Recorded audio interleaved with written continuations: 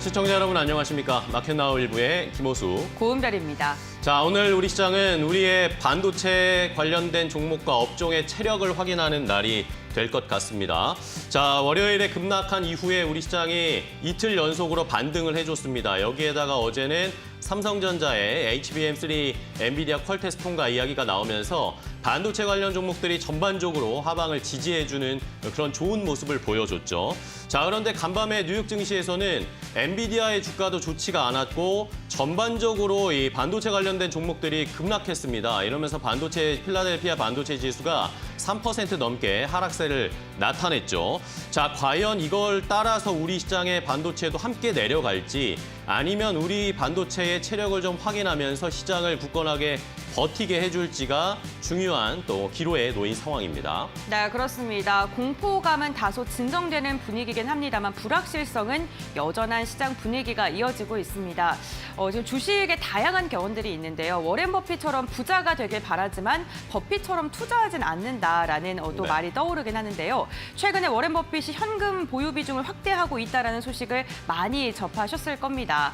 지금 이렇게 흔들리는 시장 속에서 한 걸음 쉬어가면서 다음 상승할 종목은 어떤 건지, 섹터가 어떤 건지 저희와 함께 알아가 보시는 건 어떨까요? 네, 자 그런 전략들을 저희가 오늘도 알려드리겠습니다. 먼저 이슈레이더를 통해서 업종 투자 전략을 세워보도록 할 텐데 자 일단은 한번 브레이크가 걸린 시장, 이제 어떤 업종을 살펴봐야 할지 많은 분들이 고민을 하실 텐데 잘 가고 있는 제약바이오 쪽을 선택할 것인지 아니면 엄청나게 눌려있고 조정받은 2차 전지를 공략할 것인지 한번 저희가 저울질을 해보도록 하겠습니다. 네, 제약 바이오 관련 기업들에 대한 긍정적인 코멘트 최근에 꾸준하게 들려오고 있습니다. 이에 대한 이야기 자세히 알아보도록 하고요. 반도체 관련 기업들 하반기에는 또 어떠한 방향성을 우리에게 알려줄까요? 관련 코멘트도 들어보도록 하겠습니다. 네, 마지막으로 이코노미톡에서는 SK증권 최석원 고문과 함께 미국은 이제 금리 인하 방향을 선택했고 일본은 금리 인상을 했습니다. 이 새로운 환경에서 우리는 투자 전략 어떻게 세워야 할지도 자세하게 알려드리도록 하겠습니다. 네, 그럼 목요일도 힘차게 출발하는 마켓나우 1부 지금 시작하겠습니다.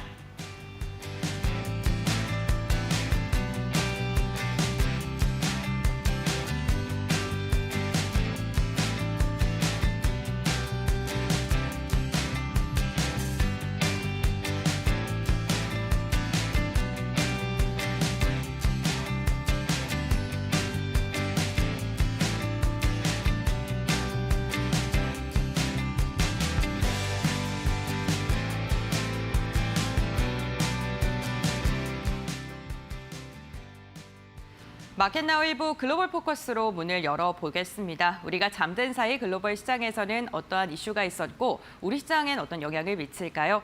유한타증권의 천안본부점 김정석 과장과 알아보겠습니다. 안녕하십니까? 네, 안녕하십니까? 네, 과장님 아직도 시장에 좀 불확실성이 많이 남아있는 것 같은데요. 어떠한 부분 집중적으로 보셨습니까? 네, 간밤 뉴욕 증시는 상대 지수가 반등 하루 만에 하락했는데요. 경기 침체 우려가 일부 완화되고 장 초반 상승 출발했으나 여전한 불확실성이 투심을 짓눌렀습니다. 특히 미 재무부의 10년물 국채 입찰이 흥행에 실패하며 국채금리가 오른 것이 증시에 부담을 줬는데요.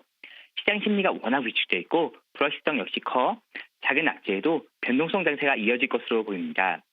시장 예상을 하회하는 실적을 발표한 슈퍼 마이크로 컴퓨터와 에어비앤비가 급락하는 흐름이었고 인공지능 대장주 엔비디아가 5% 급락하며 $100 밑으로 내려오면서 뉴욕 증시 자체를 끌고 내려오는 흐름이었습니다.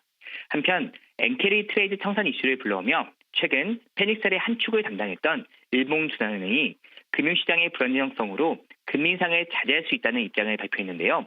이는 지난 31일 이후 단기 정책 금리 인상 이후 확대된 시장의 불안감을 진정하는 효과를 낳으면서 아시아 증시가 블랙 먼데이 급락까지 하락한 데 따른 안정세를 가져오고 있는 모습으로 이러한 부분도 관심을 가지고 지켜봐 주시면 좋을 것 같습니다. 네, 그렇군요. 우선 간밤 미증시에서 필라델피아 반도체 지수가 3%가량 하락을 했습니다. 우리 시장 역시나 좀 반도체 관련 기업들의 흐름을 집중해 봐야 될 것 같은데 시장 자체는 좀 어떻게 출발할까요? 네, 금일 국내시는 연이틀 급등에 따른 피로감으로 보합권 흐름을 일단 예상하고 있습니다. 전일 국내시의 경우 엔캐리 트레이드 청산이 절반 이상 진행된 상태로 평가되면서 장 시작부터 강한 흐름이 이어갔는데요.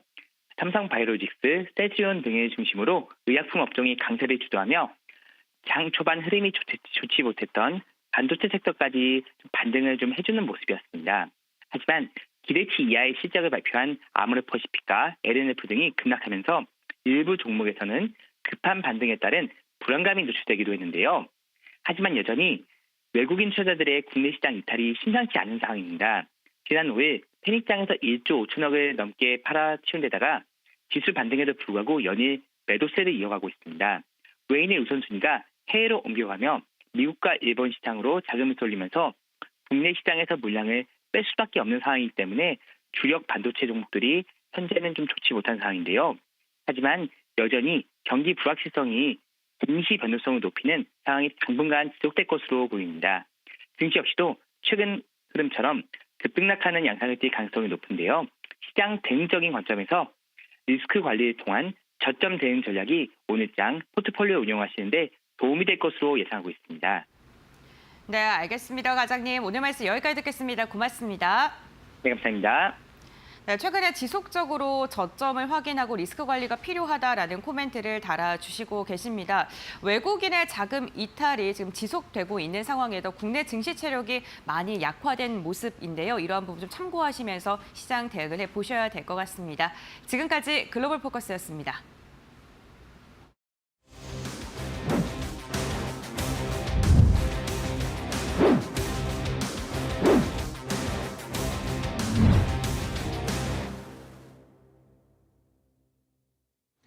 자, 이슈레이더로 바로 이어가도록 하겠습니다. 오늘도 개장 전에 포착해야 할 이슈 그리고 종목까지 투자 전략 한꺼번에 알아보겠습니다. 자, 오늘 이슈레이더는 두 분의 전문가와 함께하겠습니다. 이데일리의 스페셜리스트 실리섭 전문위원 이데일리온의 곽유정 파트너 두 분과 함께하겠습니다. 안녕하세요. 반갑습니다. 네, 안녕하세요. 네, 안녕하세요. 자, 오늘은 또 두 분이 어떤 이슈를 포착해 오셨을까요? 먼저 실리섭 위원이 포착한 이슈부터 바로 확인을 해보겠습니다. 코스피가 이틀 연속 반등하며 대부분의 업종이 강세를 보이는 가운데 특히나도 바이오주들의 오름폭이 돋보였습니다. 미국의 기준금리 인하가 임박했다는 기대감 덕분인데요.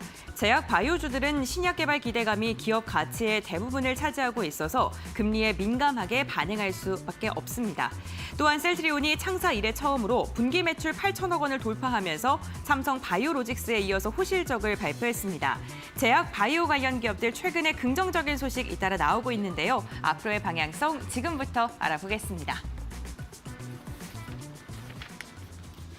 자, 첫 번째 포착한 이슈는 바로 제약 바이오 쪽의 상황을 살펴보도록 하겠습니다. 어떤 종목을 골라서 투자해보면 좋을까요? 실리섭 위원과 이야기를 나눠볼 텐데요. 자, 위원님은 요즘 늘 밀고 계시죠? 방금바조. 네, 그중에 하나입니다, 오늘. 네, 반말로 하면 방금바고요. 좀 존댓말로 하면 방금바조에서 조선까지 네. 끼어서. 그래서 어제도 엄청 초강세였고 그러니까요. 만약에 많이 알테오젠이 오르더라고요. 제가 말씀드린 대로 시가총액이 에코프로비엔과 알테오젠이 바뀌는 모습이 나오는 과정이 진행이 된다면 코스닥에서? 그렇죠. 그러면은 바이오의 전체 시가총액 자체가 엄청나게 커질 가능성이 있다. 바이오가 지금 역사상 가장 내실 있게 가고 있다.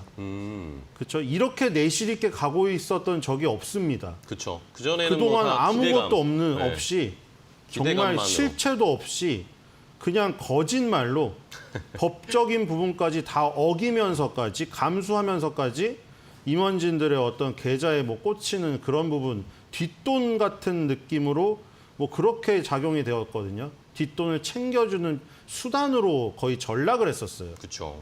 그 바이오주가 어떤 이슈를 통해서 코로나라는 이슈 이슈를 통해 가지고 엄청나게 주가를 뛰어 올린 엄청 다음에 결국 나중에 봤더니 수사가 들어가고 임원진들이 뒤로 뭘 챙기고 이랬다. 이미 개인 투자자들은 다 피해를 보고 난 상태.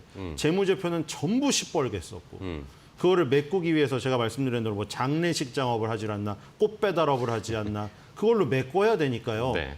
그랬는데 지금 같은 경우는 재무제표의 실적이 찍히면서 실체가 있는 가운데 그리고 예전에 우리가 무너졌던 그런 부분들이 다 저기가 되면서 세팅이 돼가지고 우리나라 K바이오가 나아갈 길이 약간 표준이 정해진, 롤모델들이 정해진 상태에서 가고 있다는 게 굉장히 강한 이 어떤 장기적으로 강할 수 있는 네. 근거가 된다는 생각이 들고 그리고 이제 그런 삼성 바이오로직스라던가 셀트리온이 걸어온 길을 보면서 요런 식으로 가야겠다는 기업도 많아지고 있다. 오늘의 주제가 바로 그겁니다. 그러니까 지금 알테오젠, 리가켄바이오, ABL바이오, 펩트론처럼 기술 수출 혹은 플랫폼 수출 걔네들도 후보 물질을 가지고 신약의 꿈도 꾸고 있지만 네. 신약의 꿈을 꾸면서 주로 이제 캐시카우로 삼는 거는 플랫폼을 수출해서 기술을 수출해가지고 그 기술 수출에 대한 마일스톤을 받으면서 그걸로 연구 개발을 하고 있거든요. 그러니까 그쪽을 꿈꾸는 그 롤모델을 꿈꾸는 뒤에 꿈나무들도 많이 있어요. 그리고 여전히 지금 HLB가 가는 길 있죠. HLB는 정말 독불 장군이죠. HLB가 가는 우리나라 K신약의 꿈을 쫓는 꿈나무들도 있습니다. 네. 그리고 이제 가장 안정적인 길을 쫓아가는 꿈나무들이 바로 이 CDO, CMO, CRO, CRMO, CDMR, MRO 이런 것들이에요. 그러니까 D가 들어가면 디벨롭먼트고 R이 들어가면 리서치고 뭐 이런 거. RMD가 다 들어가면은 공정 개발부터 그냥 단순 다 하는 생산부터 연구 리서치까지 싹 다 해주는 거예요. 그냥 거기에 이제 맡기는 업체는 자기 저기만 빌려줘. 내 이름으로만 내줘 이거죠. 내 이름으로만 내줘. 근데 너네가 이제 다 하니까 너네한테 돈을 대신 많이 떼줄게 뭐 이런 거죠. 그래서 CDMRO, CRMDRO 뭐 하여튼 그걸 어디에 붙이느냐에 네. 따른 달라지는 건데 어쨌든 지금 삼성 바이오로직스라던가 지금 뭐 셀트리온 같은 경우에는 그런 반열에 올랐죠. 사실 셀트리온은 지금 CDMO나 이런 것들은 사업을 조금 이제 뒤로 미루고 바이오 시밀러나 바이오 베타에 집중하고 있습니다. 근데 어쨌든 이게 왜 안정적이냐면 이제 우리가 이제 조금 더 바이오보다 먼저 성숙한 산업인 이 반도체를 보면 알 수가 네네. 있죠. TSMC라는 존재가 TSMC의 모토가 그거잖아요. 고객사와 절대 경쟁하지 않는다. 그래서 TSMC는 무조건 생산만 하고 있죠. 원하는 거 다 해준다. 그렇죠. 생산만 하고 있죠. 왜 삼성전자한테 잘 맡기지 않느냐? 삼성전자가 TSMC에 비해 뭐 나노 경쟁이 떨어지고 수율이 안 나오고 뭐 그런 것도 있겠지만 근본적인 문제가 있는 거죠. 삼성전자는 최종 제품을 뽑아내 버리는 거죠. 그래서 설계도를 삼성전자한테 넘겼을 때 혹시 쟤네가 설계도를 자기네 삼성전자 이름으로 제품을 출시해버리면 똑같이 어떻게? 만들면 어떻게 그쵸? 할까? 예. 그런 것 때문에 그런 네. 거잖아요. 그러니까 지금 여기 바이오에서도 똑같은 상황이 벌어지고 있어요. 특히 CMO, CDMO, 그러니까 CDMO, 디벨로먼트까지는 괜찮은데 내가 최종 제품을 만들지 않고 나는 요 CMO, CDMO 사업만 해. 이런 쪽에 지금 물량이 더 가고 있어요. 그러니까 아무리 내가 공장이 없어요. 그러니까 모더나 같은 경우에도 거의 공장 시설이 없고 무슨 네네. 대학교 연구 시설 하나 같은 게만 있었잖아요, 우리가. 근데 mRNA라는 것을 이제 똑똑한 어떤 설계도를 그릴 줄 아는 거예요, 모더나가. 그러니까 모더나가 설계도를 그릴 줄 아는데 생산 시설이 없으니까 여기저기 맡기려고 할 때 모더나도 고를 거 아닙니까? 그쵸. 모더나가 고르는 입장에서 최종 제품을 생산해버리는 입장한테 mRNA 설계도를 넘겨주는 것은 되게 불안하거든요. 그냥 정말 생산만 할 애들한테 모더나가 쏘겠죠. 그러니까 지금 여기도 똑같은 상황이 벌어지는 때가 있다고 보시면 됩니다. 네. 이제 TSMC 같은 존재가 생기는 순간까지 이제 계속 물을 잇는 지금 상황이다. 네. 그게 바로 삼성바이오로직스나 셀트리온이 걸어왔던 길이고 네. 지금 너무 많이 얘기해서 요것만 얘기할게요. 유한양행이라던가 네. 지금 한미약품 같은 우리나라 대형 제약사도 지금 CDMO 사업에 굉장히 눈독을 들이면서 엄청나게 확대를 하고 있다. 한 가지 사례만 보죠. 한미약품의 사례가 한미약품이 경기 평택의 바이오 플랜트를 CDMO 기지로 선정을 했습니다. 근데 아시다시피 롤론티스라는 이 물질이 FDA에 몇 번 빠꾸를 먹다가 허가를 받았는데 네. FDA에 허가를 받게 된 결정적인 그 계기가 FDA가 실사를 나옵니다. 이번에 지금 저기도 실사 나왔다가 항서제약의 캄레일주맙이 어떻게 만들어지냐 실사를 나갔는데 뭐 그 연구원이 뭐 종이를 집어던지고 어떻고 했다며요. 그러니까 실사에서 탈락한 거거든요. 항서제약이. 여기 한미약품에 왔을 때 공장을 실사를 했는데 이 정도면은 깨끗한 공정이고 뭐 믿을 수 있다 해서 딱지를 딱 붙여줍니다. 그러면은 그게 통과가 되는 거거든요. 그래서 그 통과를 받은 게 CGMP예요. 그래서 여기서 이 자신감을 얻은 거죠. 한미약품이. 야, 우리가 FDA의 롤런티스 제품 만들 때 허가도 받을 정도로 지금 좋은 공정을 갖고 있는데 요거를 그러면은 공장에 필요한 애들한테 나눠주는 사업을 하면은 어떻게 했느냐. 본격적으로 해보자. 그래서 CDMO 사업도 해보자. 이렇게 된 거예요. 그래서 한미약품이 하니까 유한양행도 하고. 그러니까 대형 제약사도 뛰어들고 있고 아까 말한 대로 삼성바이오로직스를 롤모델로 하는 회사가 롯데바이오로직스가 또 뛰어들고 있고. 이름도 닮았네요. 그러니까 이렇게 큰 어떤 대규모의 자본이 많은 회사들이 CDMO를 하려고 하니까 중소규모 회사들도 따라가고 있다. 지금 요런 상황입니다. 알겠습니다. 자, 바이오 쪽에 굉장히 좀 진심인 신일섭 위원님 계속해서 지금 돌아가면서 분야별로 알려드리고 있는데 오늘은 CDMO 쪽입니다. 그럼 관련돼서 종목들 흐름 어떨까요? 어제 굉장히 좋았죠. 주가 흐름 고은별의 앵커와 챙크를 해보겠습니다. 네, 제약 바이오 관련 기업들 최근 흐름 좋습니다. 지수가 하락을 할 때도 견고하게 버텨주는 모습이고요. 지수가 반등을 할 때는 탄력이 더 붙는 모습이 나타나고 있습니다.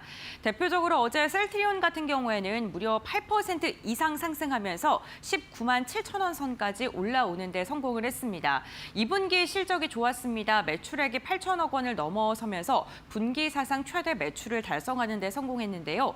기존의 바이오시밀러 판매가 잘 됐고요. 지금 새롭게 출시된 그런 상품 역시나 지금 판매가 잘 되고 있다는 게 실적을 견인한 모습이었습니다.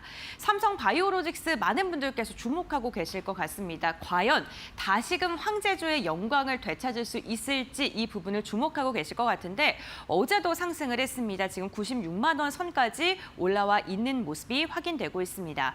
앞서 신일섭 위원이 반도체와 바이오를 비교해서 좀 설명을 도와드렸습니다. 반도체와 마찬가지로 SK하이닉스와 삼성전자가 성장하면서 소부장 관련 기업들이 주목을 받은 것처럼 바이오 역시나 삼성바이오로직스, 셀트리온과 같은 대형 바이오주들이 성장하게 되면 소부장 관련 기업들의 새로운 성장 동력으로 이어질 수 있다라는 긍정적인 코멘트가 이어지고 있는 상황이고요. 리가켄 바이오 7%가량 강세를 보였는데 목표 주가 14만 원 나오는 리포트가 어제 나왔고요. 주가에 탄력을 붙어 넣었습니다. 하늘 바이오파마 같은 경우에는 미국에 있는 협력 회사가 임상 3상에 대한 지금 등록을 했다라는 소식이 전해지면서 이로 인해 11%가량의 강세를 보였고요. 유한양행 같은 경우는 렉나자 모멘텀이 있죠. 이달에 FDA에 대한 결과가 나올 예정인데 그에 대한 모멘텀 받으면서 꾸준하게 상승을 하고 있는 모습이 나타나고 있습니다. 제약 바이오 관련 기업들 최근 흐름 굉장히 좋습니다. 그런데 단기적인 변동성을 따라가기보다는 중장기적인 성장이 있는 기업들을 잘 골라야 한다라는 이야기도 나오고 있는 만큼 종목 선별 지금부터 해보겠습니다. 자, 관련된 종목들 흐름 체크를 해봤습니다. 제약바이오 어제 워낙 좋았으니까요. 이 중에서 저희가 잘 골라내야 될 것 같아요. 말씀을 해주신 것처럼 결국에는 제약바이오 쪽에서의 TSMC 같은 회사가 되려는 그런 종목들 가운데 하나 골라볼 텐데 어떤 거 보세요? 네, 제가 바이넥스를 골랐습니다. 바이넥스. 제가 아까 전에 말씀드린 거에 힌트가 있어요. 그럼 아까 전에 말한 대로 그럼 한미약품, 뭐 유한양행, 유한양행, 그리고 이제 롯데 바이오로직스 생소하지만 롯데라는 대기업이 밀어줍니다. 껌이랑 과자, 뭐 맥주 팔아서 돈 엄청 벌죠. 자, 이런 대기업들이 자본으로 밀어붙이는데 중소회사들이 CDO, CMO에서 캐파도 그러니까, 적은데 어떻게 경쟁력을 가질 버텨? 수 있나요? 했죠. 근데 아까 거기에 힌트가 있는 겁니다. TSMC의 모토에 고객과 경쟁하지 않는다. 아, 왜냐하면 유한양행 한미약품은 예전에 그 전통적인 제약사군에 있는 대표적인 업체들이죠. 네. 모든 것들을 최종 제품을 뽑아낼 수 있는 애들입니다.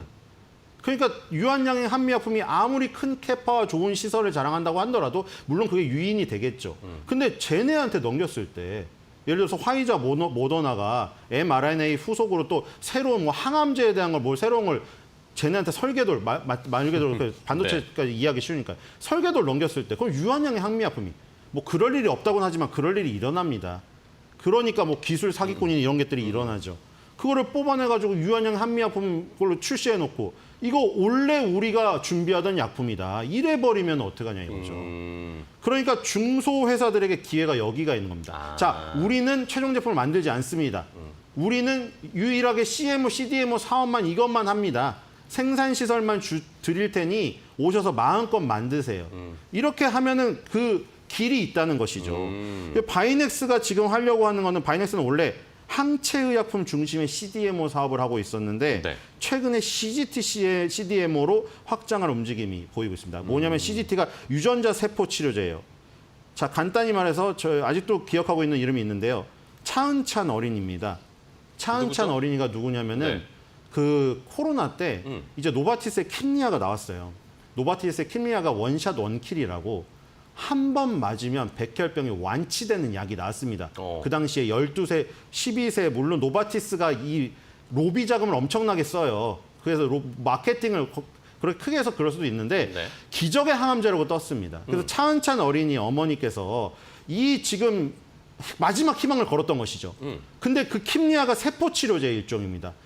세포를 떼내서 노바티스 본사에 보낸 다음에 노바티스 본사에서 그 세포에다가 센 우리 몸에 필요한 걸 넣어서 다시 차은천 어린이의 몸에 넣어줘야 되는 거예요. 네. 근데 지금 몸도 안 도와주고 코로나 때문에 항공편도 지금 결항이 되고 이래가지고 그게 그 시기에서 견디지 못하고 차은천 어린이가 하늘나라로 갔습니다. 그래서 지금 요것이 빨리 노바티스 킴리아를 들여와 달라. 근데 지금 들여오는 것보다 해결될 수 있는 부분이 있었어요. 네. 이게 만약에 CDMO가 노바티스도 마찬가지거든요. 여러 군데 생산 시설이 있었다면 미국 그쵸. 본사가 아니라 우리나라에서 가까운 동남아시아나 아시아 쪽에 있었다면은 이게 더 가까운 데서 있었기 때문에 항공편이 있으면 받을 해결될 수 수도 있었던 있었겠죠. 거죠. 우리가 네. 가정하에. 그렇기 때문에 중요한 게 지금 노바티스 킴리아라든가 그다음에 나온 길리어드의 에스카다가 다 세포 치료되거든요. 네. 카티라고 이제 T세포를 뽑아내가지고 거기다가 더듬이 같은 CAR을 달아서 암을 더 잘 차단낼 수 있는 것을 달아서 다시 넣어주는 거예요. 네. 그렇기 때문에 이것들이 글로벌 전역으로 생산 기지를 확대하고 있습니다. 네. 그러니까 여기서 바이넥스 같은 기업이 기회를 잡을 수가 있겠죠. 알겠습니다. 우리나라에 만약 생산 기지를 세운다면 노바티스 킴리아가 그럼 요거를 따낼 수가 있을 거고 하나만 더 말할게요. 유전자 세포 네. 치료제의 아웃소싱 비율이 50%입니다. 오. 이게 뭐냐면 다른 바이오 의약품이 아웃소싱을 20% 주는 거에 비해서 이 유전자 세포 치료제는 아웃소싱을 반을 줍니다. 그러니까 그래서 바이넥스가 CGT, CDMO를 확장하려고 하는 거예요. 이 시장이 가장 크기 때문에.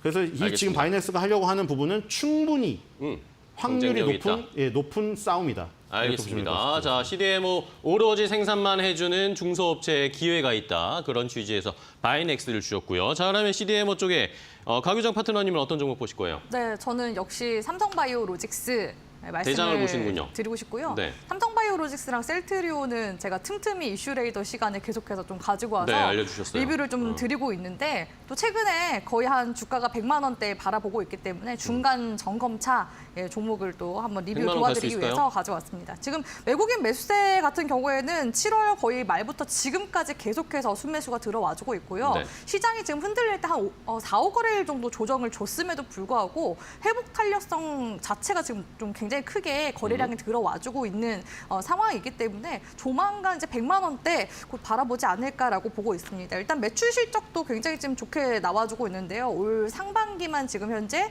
2조 원대 매출을 기록을 하기도 했었고 네. 올 예상 컨센서스 봤을 때 2024년도 매출액이 한 4조 정도 될 것이다. 그러니까 4조 4천억까지도 지금 예상이 나오고 있는 그런 상황이거든요. 그러니까 지금 현재 대규모 수주도 계속해서 지금 따내고 있는 상황이고 올 상반기에만 사실상 지난해 수주 실적의 70% 정도를 달성해 놓은 상황이기 네네. 때문에 지금 조선주 같은 경우에는 HD 한국조선해양이 수주 물량을 한 120% 정도 채우면서 지금 대장격으로 날아가고 있잖아요. 그쵸. 그런 것처럼 지금 CDMO 쪽에서는 삼성바이오로직스가 가장 좀 대장격 역할을 해주고 있다. 이거는 이제 수주 분야에서도 좀 더 이제 부각이 되고 있는 부분이다라고 볼 수가 있을 것 같습니다. 대규모 수주를 받았는데 이 수주 물량을 소화해내지 못하면 의미가 없겠죠. 그런데 지금 삼성바이오로직스 같은 경우에는 생산성이 지금 굉장히 좋은 상황입니다. 지금 4공장도 가동률이 현재 증가가 되고 있는 그런 상황이라고 볼 수가 있을 것 같고요. 바이오시밀러 같은 경우에도 지금 현재 6종이 유럽 쪽에서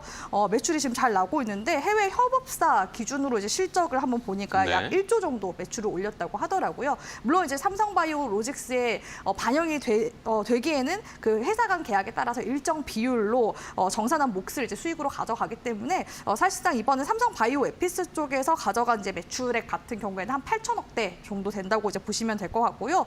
지금 하반기에도 이제 기대가 되는 부분들이 스텔라라 이제 바이오시밀러 같은 경우에는 지금 유럽 그 스텔라라 바이오 시장이 한 3조 정도 가량 되거든요. 네.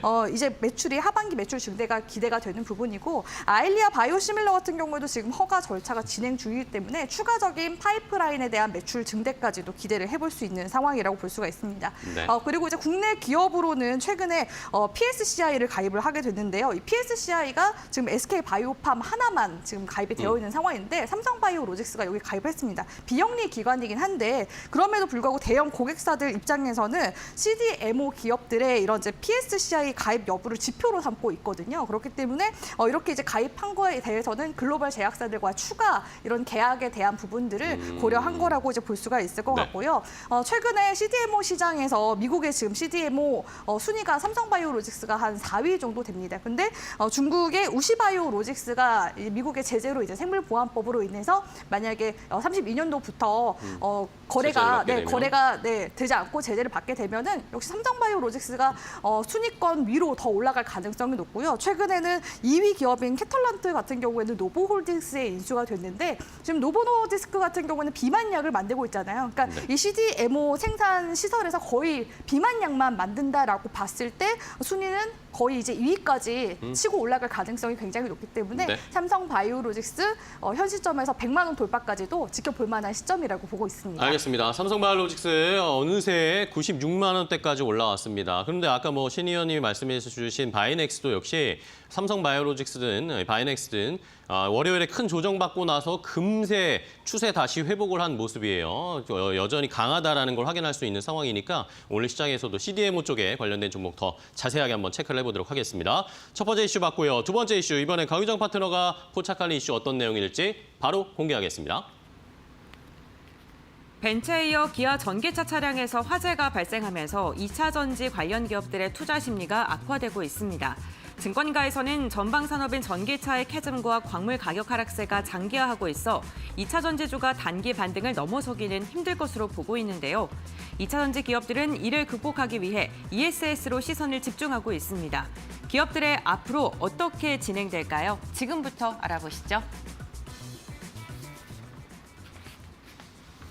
자, 이번에는 전기차, 2차 전지 관련된 이야기를 좀 해보겠습니다. 요즘에 뭐 전기차 타시는 분들도 힘들고 전기차가 만약에 내 옆에 주차돼 있으면 불안해하시는 분들도 많습니다. 뉴스에 이야기 많이 들으셨을 텐데, 자, 이런 상황에서 오늘 2차 전지를 봐야 된다라고 가져오신 이유가 뭘까요? 2차 전지를 봐야 된다라기보다는 이슈를 일단 한번 점검하고 가자라는 측면에서 이 상황에서 가지고 어떻게 왔고요. 대처를 할지 좀 네, 알아보죠. 사실 지금 국내에 있어서는 전기차 포비아 현상이 계속해서 그러니까요. 좀 네. 커지고 있는 상황이라서 현재 시점이 아무래도 그 성장 단계에 있는 과도기 시점이다 보니까 이런 이야기들이 좀 많이 부각이 되는 것 같고 우리나라 같은 경우에 이제 해외와 다르게 주차장들이 거의 지금 지하에 밀집되어 있는 경우들이 그쵸? 많거든요. 그렇기 때문에 지금 피해가 좀 더 크게 대규모 피해가 발생을 하고 있어서 국내에 있어서는 지금 전기차 포비아 현상이 좀 많이 늘고 있는 거는 어쩔 수 없는 이제 부분인 것 같습니다. 물론 이에 대해서 정부 쪽에서 여러 가지 규제나 이런 부분들을 둬야 될 것 같긴 한데요.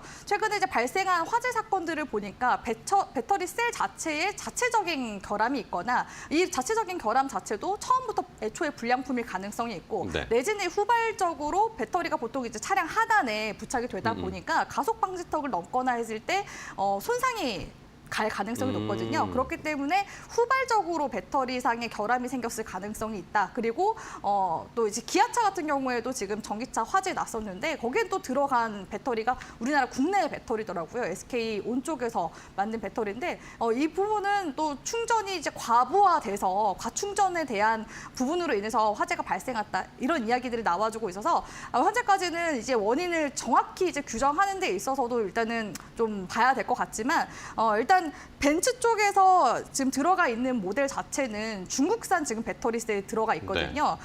그 배터리 1위 기업인 CATL의 배터리와 함께 지금 10위권에서 한 8위권 하고 있는 파라시스 배터리가 지금 들어가 있습니다. 근데 이쪽 배터리가 지금 MCN, 그러니까 니켈 코발트 망간 배터리라고 볼 수가 있는데 이 에너지 밀집도는 좋지만 화재에 좀 취약하다라는 단점이 있습니다. 사실 중국 같은 경우에는 리튬 인산철 배터리라고 해서 LFP 배터리를 주로 생산을 했었거든요. 근데 중국에서 가장 잘하는 게 가격 경쟁력을 또 내세울 수가 있는 부분이기도 하고 벤츠 쪽에서는 이미 최대 주주, 1대 주주와 2대 주주가 지금 중국이기 때문에 아무래도 이 중국산 배터리를 쓴 것 같다라는 이야기들도 있긴 합니다. 아무튼 이런 이제 부분에 있어서 이제 중국산 배터리 쪽에서 화재 발생이 낮다라는 그런 이제 부분이 그리고 리콜도 최근에 많이 좀 일어났었거든요. 그러니까 결국에는 우리 국내 배터리셀 기업들이 반사의 수혜를 보지 않겠느냐라고서 지금 이야기는 나오고 있는 상황이긴 합니다. 왜냐하면 이 MCL 쪽 배터리 같은 경우에는 보통 이제 하이엔드 배터리에 해당한다고 볼 수가 있는데 기술력이 굉장히 중요하거든요. 아무리 중국에서 그 가격적인 경쟁력을 내세운다고 해도 기술력이 받쳐주지 못하고 계속해서 결함이 발생하게 된다면은 지금 이제 유럽이나 미국의 완성차 업체들 결국에는 대체될 될 수 있는 그런 이제 배터리를 쓸 수밖에 없기 때문에 오히려 이제 국내 배터리셀 기업들이 반사이익 수혜를 볼 수 있는 부분들도 분명히 있다. 근데 다만 이제 그 충전 과부하에 대한 부분들 그런 부분들이 우리가 생각했을 때 배터리가 완충 100% 되지 않고 한 80% 정도에서 끊으면 되지 않나라고 네. 생각하고 있지만 사실 그런 이제 충전 시설이 생각보다 많이 없다고 그쵸. 하더라고요. 네. 그러니까 최근 들어서는 그렇게 좀 규제들도 생기려고 하고 있는 상황인데 아무튼 그런 인프라를 그럼 다시 다 뜯어 고쳐야 되는 그쵸. 그런 네. 상황이거든요. 그렇기 때문에 이런 부분들이 어느 정도 이제 협의가 좀 더 이루어져야 되는 그런 부분들은 분명히 단점인 부분이라고 볼 수가 있을 것 같습니다. 그렇기 때문에 네. 국내 한정돼서는 일단은 이런 부분들이 좀 잠잠해질 때까지는 시간이 필요할 것 같고 다만 실제로 봤을 때 지금 전기차 캐즘 현상이 시장에서 많이 부각이 되고 있지만 지금 유럽이나 미국 쪽에서는 여전히 지금 성장세를 겪고 있거든요. 그렇기 때문에 배터리 시장은 여전히 지금 또 전체적인 글로벌 시장으로 봤을 때는 성장 중이라는 점을 네. 우리 시청자분들이 주목해 보셨으면 좋겠습니다. 네, 알겠습니다. 자, 일단은 뭐 전기차 뭐 폭발하고 화재가 나는 사고들이 나면서 시장에서는 어느 정도의 좀 우려는 계속 나오는 상황입니다. 뭐 주가도 못 가고 있는데 그런 관련된 2차 전지 관련 종목들의 흐름 좀 체크를 하고 더 이야기 나눠볼까요? 고은별 앵커가 정리해드리겠습니다. 네, 2차 전지 관련 기업들 저점에서 변동성을 보여주고 있는 최근입니다. 전반적으로 시장 기대치를 크게 밑도는 부진한 실적을 발표하면서 목표 주가 하향 리포트가 쏟아지고 있기도 한데요. 다만 이러한 시장을 타개하기 위해서 2차 전지 관련 기업들은 ESS 시장에 좀 진출을 하는 모습이 나타나고 있습니다. 대표적으로 LG 에너지 솔루션은 컨퍼런스 콜에서 전기차 생산 라인을 ESS로 변경하겠다라는 이야기를 하기도 했었죠. LG 에너지 솔루션 삼성 SE 어제는 한 걸음 쉬어가는 분위기, 5일 차트를 보더라도 변동성이 지금 나타나는 모습이 확인되고 있습니다. ESS 부분에 집중을 하게 된다면 한중 NCS를 빼놓을 수 없을 것 같습니다. 어제도 8%가량 강한 상승이 나왔고요. 올해 들어서만 300% 가까운 주가의 상승폭이 나오기도 했습니다. 다만 2차 전지 전반적으로 봤을 때 시장의 불확실성과 부진한 수요에 대한 이슈는 지속적으로 나오고 있는 상황인데요. 어떠한 종목을 지금부터 체크해 봐야 될까요? 그럼 지금부터 알아보시죠. 자, 이제 2차 전지 관련된 종목 많은 분들이 또 가지고 계신 분들도 계실 거고 아니면은 오히려 지금처럼 최고의 악재가 겹치고 바닥일 때 아예 매수를 해서 길게 가져가 보는 건 어떨까라고 생각하시는 분들도 분명히 계실 겁니다. 그러면 어떤 종목을 한번 볼까요? 저는 역시 배터리 쪽에서는 1위 그리고 세계적으로는 2위 기업에 해당하는 LG 에너지 솔루션 꼽아보고 LG 싶은데요. 네. 최근에 근데 배터리 관련 기업들이나 2차 전지 리튬 관련 기업들이 하방 압력을 좀 크게 덜 받는 분위기인 것 같긴 너무 많이 합니다. 떨어져서 그런 거 왜냐면 아닐까요? 과대 네. 낙폭이 지금 너무 크다 보니까 이제 하단에서 계속 저가 매수세가 어느 정도 이렇게 지지 구간에서 그러게요. 받쳐주는 모습이긴 하거든요. LG 에너지 솔루션이 작년까지만 하더라도 사상 최대 실적을 내긴 했습니다. 그리고 수주 잔고 역시도 2023년도 말 기준으로 봤을 때, 그러니까 수주는 일단 미리 받는 거잖아요. 네. 500조 원 지금 규모의 수주가 지금 이미 다 차 있는 상황이라고 볼 수가 있을 것 같아요. 그리고 또 그 사이에 완성차 기업들 고객사 확보도 지금 잘 해나가고 있거든요. 다만 이 전기차 수요가 지금 둔화가 되다 보니까 배터리와 원재료 판가가 지금 하락하게 되면서 LG 에너지 솔루션 역시도 지금 좀 어느 정도 타격이 있을 수밖에 없는 네네. 부분들은 어쩔 수 없는 것 같은데요. LG 에너지 솔루션의 주요 계약을 살펴보니까 원재료 가격 변화가 이제 시차를 두고서 배터리 판가에 반영이 되는 그런 구조라고 하더라고요. 그렇기 때문에 이런 부정적인 레깅 효과가 있지만 그럼에도 불구하고 미국 쪽에서 IRA 지금 세제 혜택 지원을 좀 받기 때문에 어느 정도 실적적인 방어는 좀 성공적으로 네. 해나가고 있는 부분이 있다고 보여지고 있고요. 그리고 지금 미국 쪽에서 북미 노후 전력망이 지금 교체되는 과정에서 ESS 지금 수요가 증가가 되고 있는데 지금 ESS 배터리 사업도 역시 확장을 하려고 하고 있는 부분들이 ESS 배터리 쪽은 실적이 잡히나요, 지금? 지금 안 잡히나요? 아직은 안 잡히고 있고요. 지금 현재 리튬 인산철 이제 배터리 쪽으로 해서 ESS용 양산하고 있는 곳이 LG 에너지 솔루션이 유일하기 때문에 네. 이 향후에 있어서의 매출 반영이 좀 긍정적일 수 있는 부분이라고 볼 수가 있을 네. 것 같습니다. 그리고 앞으로 이제 2027년도 경에는 이제 폼팩터가 계속 좀 바뀌어 나가고 있는데 네. 지금 시장에서 나오고 있는 폼팩터는 세 세 가지라고 볼 수가 있거든요. 파우치형, 원통형, 각형이 있는데 지금 워낙 이런 배터리 안정성에 대한 문제들이 많이 이야기가 나오다 네네. 보니까 각형 배터리가 상대적으로 뭐 화재나 이런 부분들에 있어서는 안정성이 좀 확보가 되어 있다고 하더라고요. 그래서 앞으로 향후 지금 유럽 시장에서도 폼팩터 관련해서 각형 배터리를 선호하는 그런 양상으로 변화가 네. 되고 있기 때문에 지금 LG 에너지 솔루션 쪽에서도 폼팩터를 계속해서 다변화하려고 하고 있어서 이런 부분들이 또 기회 요인이 될 수 있기 때문에 현재 시점에서 이 LG 에너지 솔루션의 바닥 구간만 잘 잡아보신다면은 충분히 저가 매수도 가능한 그런 시기라고 보고 있습니다. 네, 알겠습니다. 자, 어쨌든 뭐 주가는 조정받을 대로 받았고 안 좋은 악재들도 좀 많이 겹쳐 있는 상태입니다. 오히려 좀 저가 매수에 역발상을 한번 해보자라는 의견 LG엔솔 받고요. 자, 신의원님은 저희 2차 전지 간단하게 한 볼게요. 어떤 좀 볼까요? 네, 바나듐 이온 배터리에 관련된 유니온이라는 유니온? 종목입니다. 네.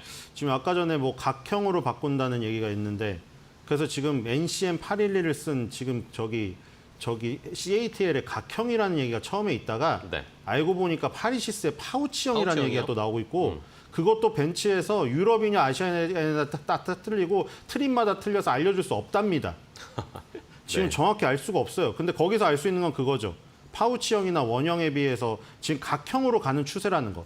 그게 이제 폭발의 위험을 조금 더 막는 그 형태의 변한 것이고 그다음에 이제 물질의 변화가 있죠. LFP가 됐던 NCM이 됐던 NCMA가 됐던 전부 다 리튬 이온 배터리이기 때문에 이 리튬의 폭발력 요거를 잠재울 수 있게 다른 걸로 대체하자 해서 지금 나트륨 얘기도 나오고 있고요. 그쵸. 나트륨 황 얘기도 나오고 있고요. 바나듐 얘기도 나오고 있어요. 그러니까 지금 바나듐은 특히 포천의 이동갈비 맛있는 거기에 엄청난 매장량이 있다는 소식에 우리나라예요? 굳이 그러면 중국산 원자재 쓸 필요 없이 포천 가서 파내면 되니 엄청 좋은 저기 원자재 수급이 아니냐 이 얘기까지 나오면서 바나듐 쪽은 특히 중대형 ESS 쪽에 어울리고 나트륨이나 나트륨 황은 소형 전기차의 배터리에 어울린다. 어쨌든 리튬이라는 물질의 불안정성을 커버칠 수 있는 다른 걸로 바꾸는 이쪽에 한 길이 진행이 되고 있고 아까 전에 와이프분이 얘기하신 파우치형을 안 쓰고 각형으로 쓰는 그러니까 이걸 네. 조합을 하겠죠 나중에는 리튬을 안 쓰고 바나듐을 쓰면서 모양을 각형으로 가던가 어쨌든 폭발력을 최대한 안정적으로 할 수 있는 것으로 지금 바뀌고 있다. 네. 그래서 유니온이 뭐 바나듐을 비롯하여 이런 특수한 광물들을 캐는 요 업체이기 때문에 관련주를 엮이고 만약에 여기 조금 더 확산이 된다고 하면은 유니온 머티리얼즈 포스코케미칼 롯데케미칼 이런 네. 종목들이 움직일 가능성이 있습니다. 알겠습니다. 자, 이렇게 리튬이온의 폭발 위험성을 좀 대체할 수 있는 쪽을 바나듐이나 뭐 다른 물질들과 관련된 종목들을 한번 살펴보자라는 의견 주셨어요. 자, 오늘 2차 전지에 대한 이야기까지 대체까지 한번 마련을 해봤습니다. 오늘 두 분과 함께 이야기 나눴는데요. 좋은 전략 알려주셔서 감사하고 다음 시간에 또 뵙도록 하겠습니다. 오늘 고생하셨어요. 고맙습니다.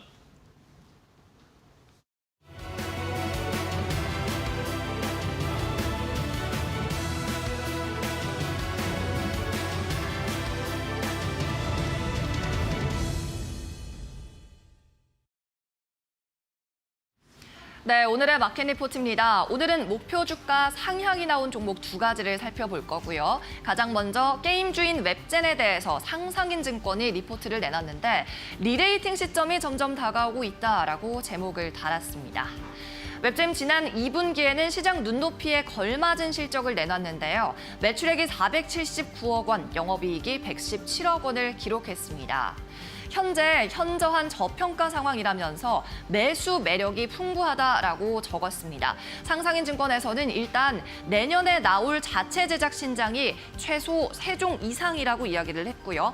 게임주로서는 최저 수준의 밸류에이션을 받고 있는 점, 그리고 주주 환원 정책도 적극적으로 펴고 있는 점을 감안해서 매수하지 않을 이유가 없다라고 표현을 했습니다.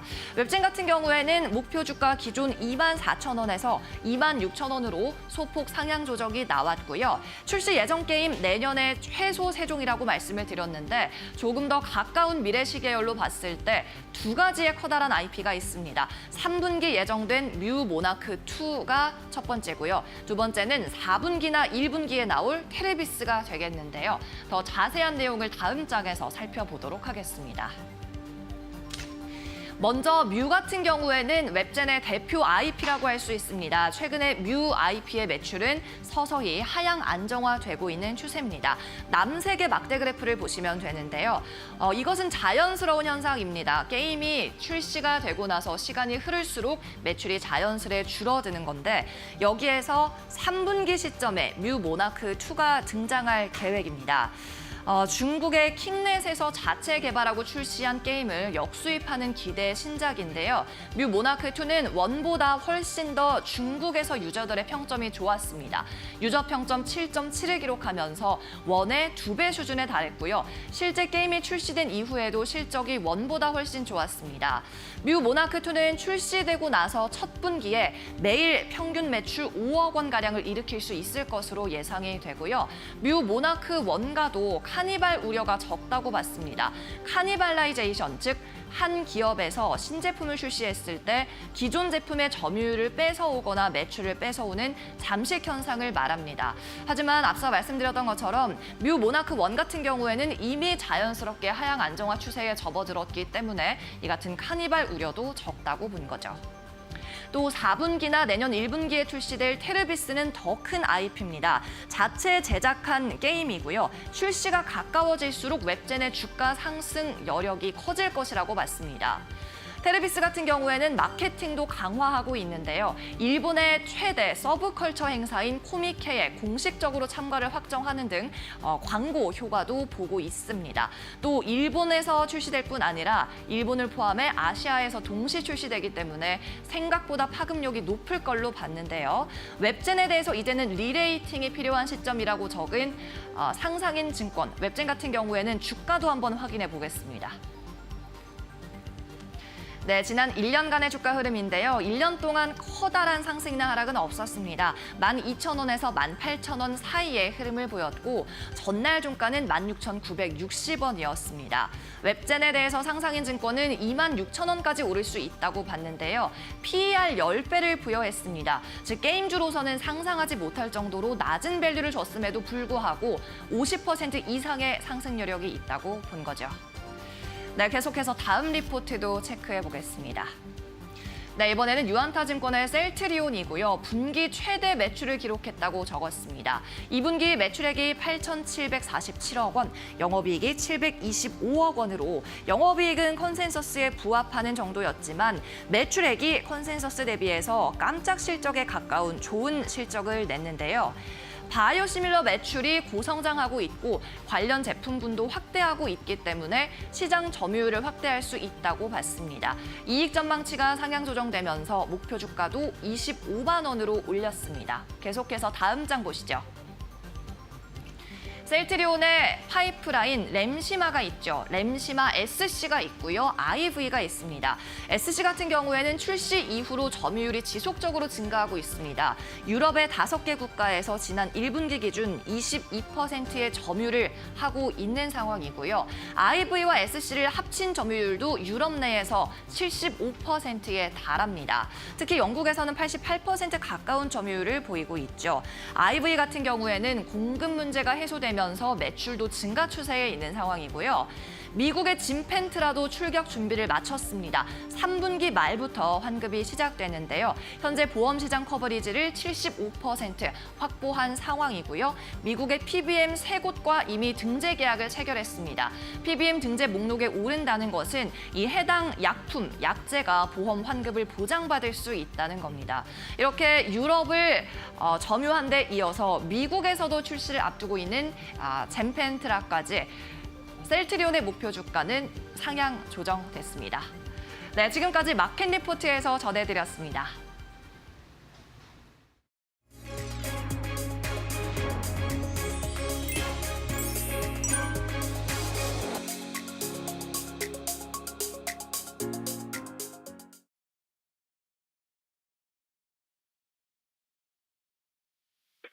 예, 반갑습니다. 송민석 파트너입니다. 정말 최근 시장 저희가 지금 주식시장에 임하면서 눈치를 좀 많이 봐야 되는 장세다. 이렇게 좀 볼 수 있겠고요. 우선 지금 미국 경기 침체에 대한 우려가 좀 지속되고 있어요. 그러면서 이제 주가가 폭락을 하고 그런 세계 금융시장 자체가 좀 밀리는 시점인데 앞으로 그래서 지금 저희가 연방준비제도의 그 경제를 어떻게 연착륙시킬 것인가를 좀 주목해야 될 필요가 있습니다. 지금 뭐 7월 실업률 고용지표가 예상보다 좀 부진하게 나오자 아무래도 이제 시장의 관심이 경기 침체로 조금 옮겨졌기 때문에 최근 시장 자체도 급등락이 좀 심하게 나왔고요. 그리고 그러다 보니까요.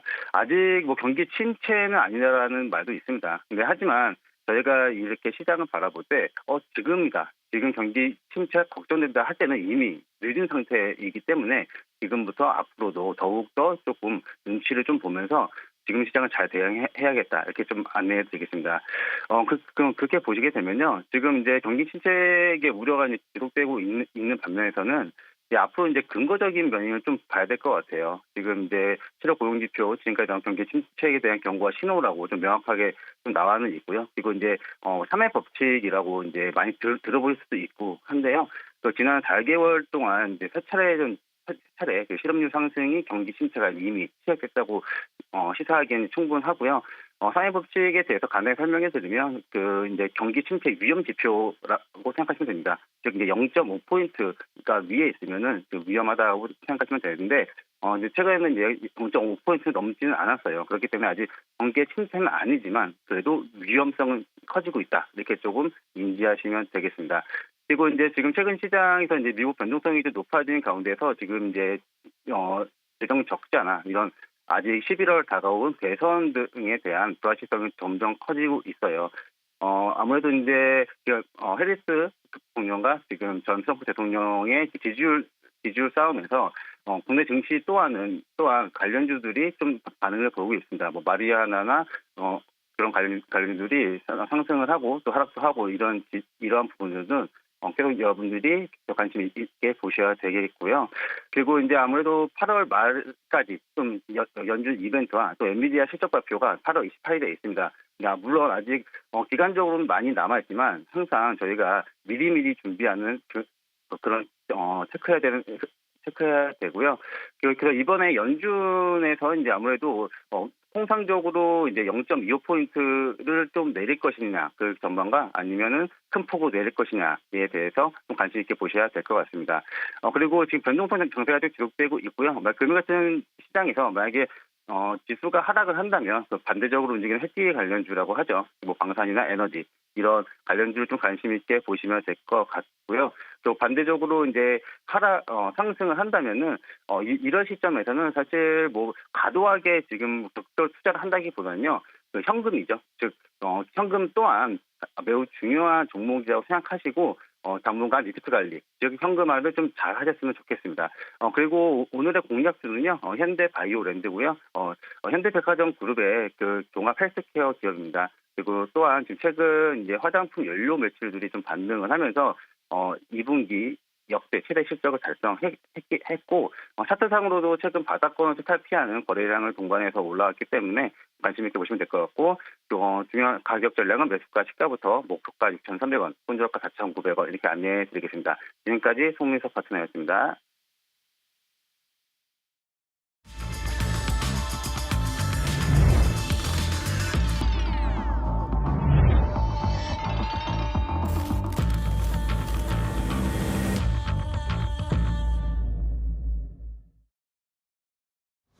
마켓 스탠바입니다. 이제 장 출발 10분 정도밖에 남지 않았습니다. 현재 시간 8시 50분을 향해서 달려가고 있는 상황인데요.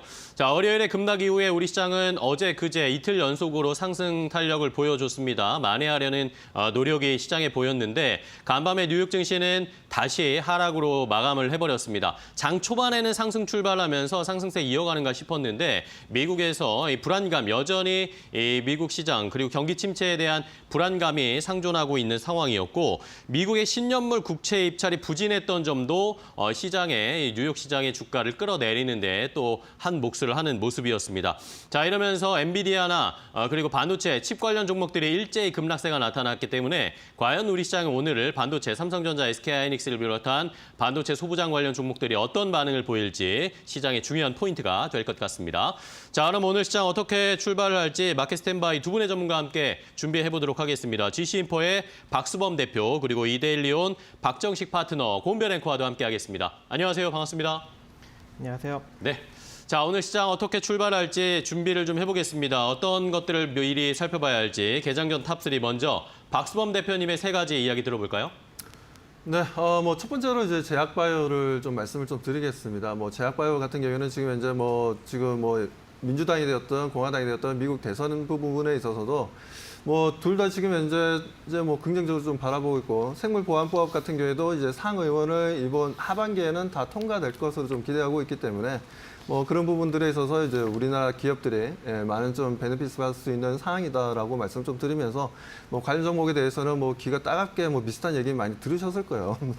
저도 방송에서 참 많이 얘기했던 것 같은데 아무튼 지금 삼성바이오로직스도 보면 이제 새로운 주가 레코드를 좀 만들고 있습니다. 조만간 이 정도 움직이면 100만 원 넘어갈 것 같은 분위기가 좀 만들어지고 있고 그리고 셀트리온 같은 경우에도 이제 3분기부터 진벤트라가 실질적으로 미국에서 판매량이 지금 현재 시장에서 예상치가 대략적으로 3분기에는 한 600억 정도, 그리고 4분기 정도에는 한 1,300억 정도의 매출이 나올 것이다라고 얘기가 좀 나와주고 있어서 워낙 지금 램시마가 분위기가 좋았기 때문에 그 램시마에다가 SC 제형을 좀 섞은 하나의 또 다른 진베트라를 좀 만들어냈는데 아무튼 진베트라를 통해서 이제 실적에 대한 기대감은 상당히 좀 높습니다. 그렇게 뭐 그런 관점에서 바라보자면 지금 현재 셀트리온 같은 경우도 단기 상승 흐름이 좀 강하게 나와주고 있고요. 새로운 52주 신고가가 좀 나오지 않겠냐라는 기대감이 있습니다.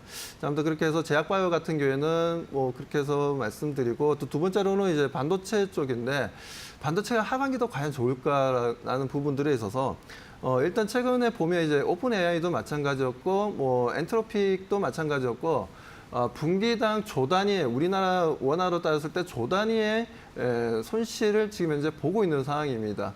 뭐 저 또한 지금 현재 오픈 AI를 좀 쓰고 있는 상황인데 가격이 그렇게 비싸진 않아요.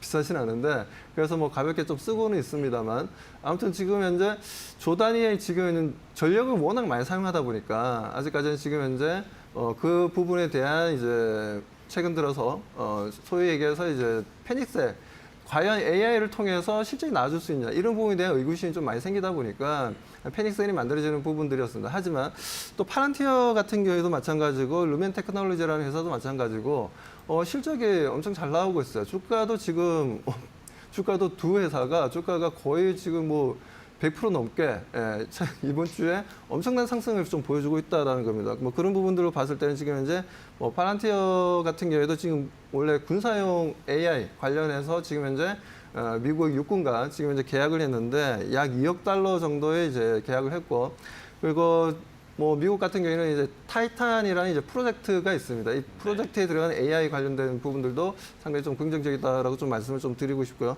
아무튼 거기에다가 지금 세 번째로 좀 넘어가겠습니다. 세 번째 현대차 기아인데 현대차 기아 같은 경우에도 지금 현대차 같은 경우에도 지금 현재 내수 시장이라든가 해외 시장에서 이제 뭐 YOY 상황 지금 현재 판매량은 좀 줄고 있어요. 뭐 기아도 마찬가지고 뭐 이런 부분들이 좀 있다 보니까 현대차, 기아차 뭐 일단 단기적으로 봤을 때는 최근에 뭐 주가가 좀 조정을 좀 받긴 했는데 일단 조금 더 우리가 관망으로 좀 지켜봐야 되지 않나 뭐 여기까지 말씀드리겠습니다.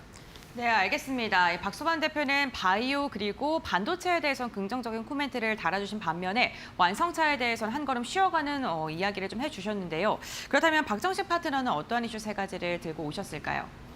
네, 저도 조금 이제 겹치네요. 일단 코로나19 감염병 재확산으로 이제 전일 시장에서 이런 이제 뭐 진단 키트나 아니면 이제 뭐 이런 치료제 관련 종목들이 좀 상승력이 나타났는데 일단 이제 전국 200개 병상 이상을 보유한 220곳의 병원을 대상으로 7월 한 달간 이제 조사를 해본 결과 이 코로나19 입원 환자가 5.1배나 증가가 되었고 또 세계보건기구 WHO에 따르면 2024년 파리 올림픽 선수 중에 최소 40명이 코로나19 양성 판정을 받았다고 합니다. 거기에 호흡기 감염병, 이 베일레가 이 소아 청소년을 중심으로 현재 확산이 되고 있고 마이코플라즈마 폐렴균 역시 현재 증가 추세에 놓여져 있기 때문에 오늘 좀 이렇게 약세장이 예상이 되고 있는 상황인데 이미 이제 지난 약세장에서도 이제 제약바이오 섹터가 조금 잘 견디는 모습을 보였기 때문에 이쪽 섹터는 오늘도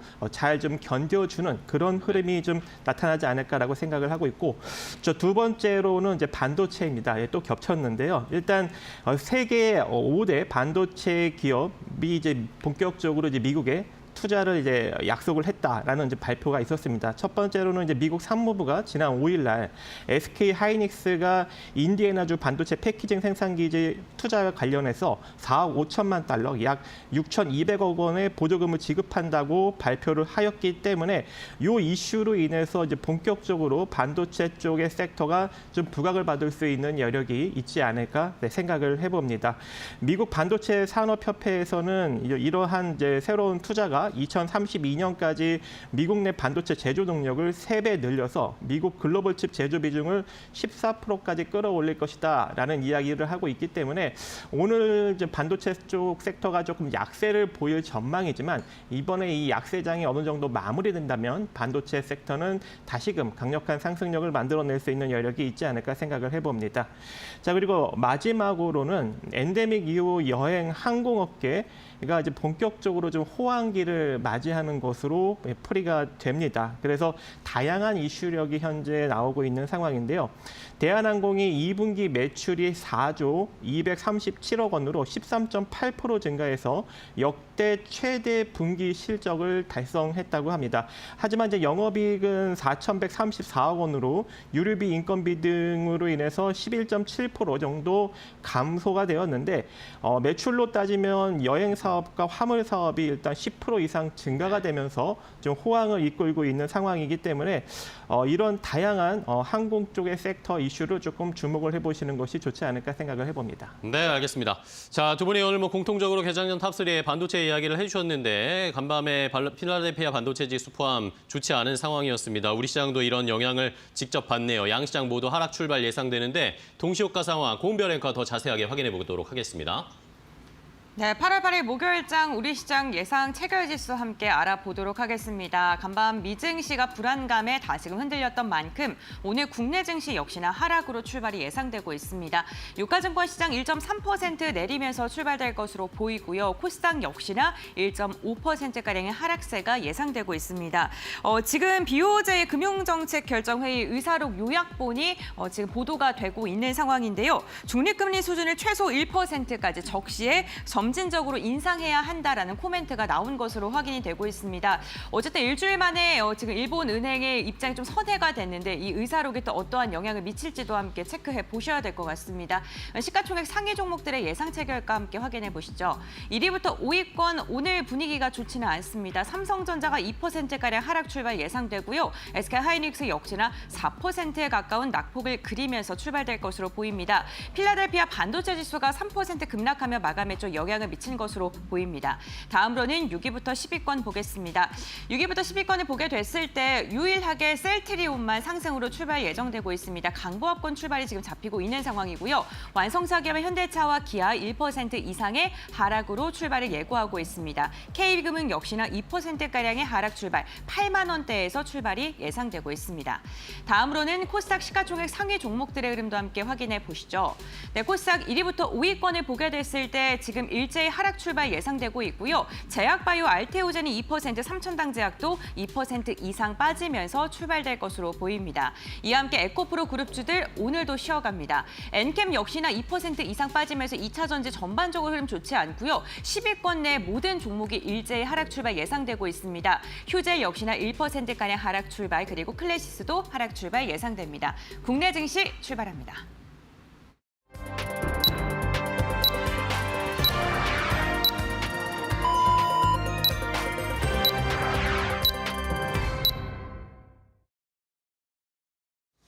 자, 2024년 8월 8일 목요일 국내 주식시장 출발을 했습니다.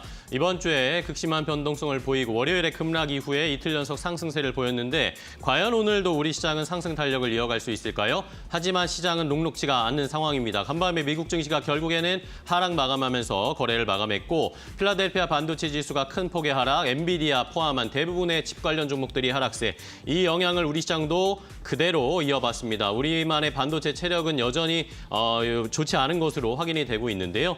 삼성전자 1.8% 넘게 하락세, SK하이닉스 4% 넘게 하락세로 출발을 했고요. 대부분의 반도체 소부장 종목들 하락으로 출발을 했습니다. 이뿐만 아니라 시총 상위 종목들 양시장에서 대부분 하락 출발하면서 양시장이 코스피가 1.5% 가까이 빠지고 있고요. 코스닥 시장도 1.3% 넘게 하락세로 출발을 했습니다. 자, 여기에다가 앞서서 조금 들으셨겠지만 일본 BOJ, 일본은행 쪽에서 일본의 지금 경제 수준이 금리 인상할 만큼 굉장히 호전되고 좋은 상황이다. 금리는 여전히 완화적인 상태이기 때문에 점진적으로 올릴 것이다 라는 이야기 코멘트가 달려 있었고요. 하지만 어제 또 BOJ 쪽에서 일본은행 부총재가 시장 상황이 녹록지 않으면 금리 인상은 하지 않을 것이다라는 코멘트도 있었기 때문에 이 시차는 좀 확인을 해보셔야 될 것 같습니다.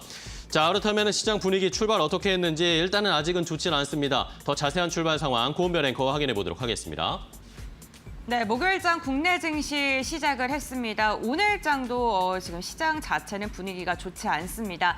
양시장 모두 다 1% 이상의 하락으로 출발을 한 것인데요. 시가총액 상위권에 포진되어 있는 종목 대부분이 하락으로 출발을 했습니다. 우선 유가증권 시장 1.3%가량 밀리면서 2,535선까지 내어주는 모습이고요. 코스닥 같은 경우에도 1.3%가량 하락 출발하면서 740선이 무너지는 모습이 오늘도 이어지고 있는 상황입니다. 그다음에 이데일리 스피를 통해서 조금 더 자세하게 시장 상황 알아보겠습니다. 먼저 시가총액 상위 종목들의 출발 상황 알아볼 텐데요. 유가증권 시장부터 살펴보시죠. 어제 삼성전자, 엔비디아, 퀄테스트 이야기가 나오면서 이로 인해 삼성전자와 SK하이닉스가 일제히 상승으로 마감했습니다. 삼성전자는 아직 확정된 바가 없다라는 공식적인 입장을 내비치면서 SK하이닉스도 장 막판에 3%가량 상승으로 마감을 한 건데요. 다만 간밤에 미증시 반도체 지수가 일제히 좋지 않았습니다. 필라델피아 반도체 지수가 급락하면서 이에 대한 영향, AI 거품론에 대한 영향이 국내 증시 오늘 이어지고 있는 상황입니다. 삼성전자 1% 이상 하락하고 있고요. SK하이닉스도 3%가량의 낙폭을 보이면서 출발을 했습니다.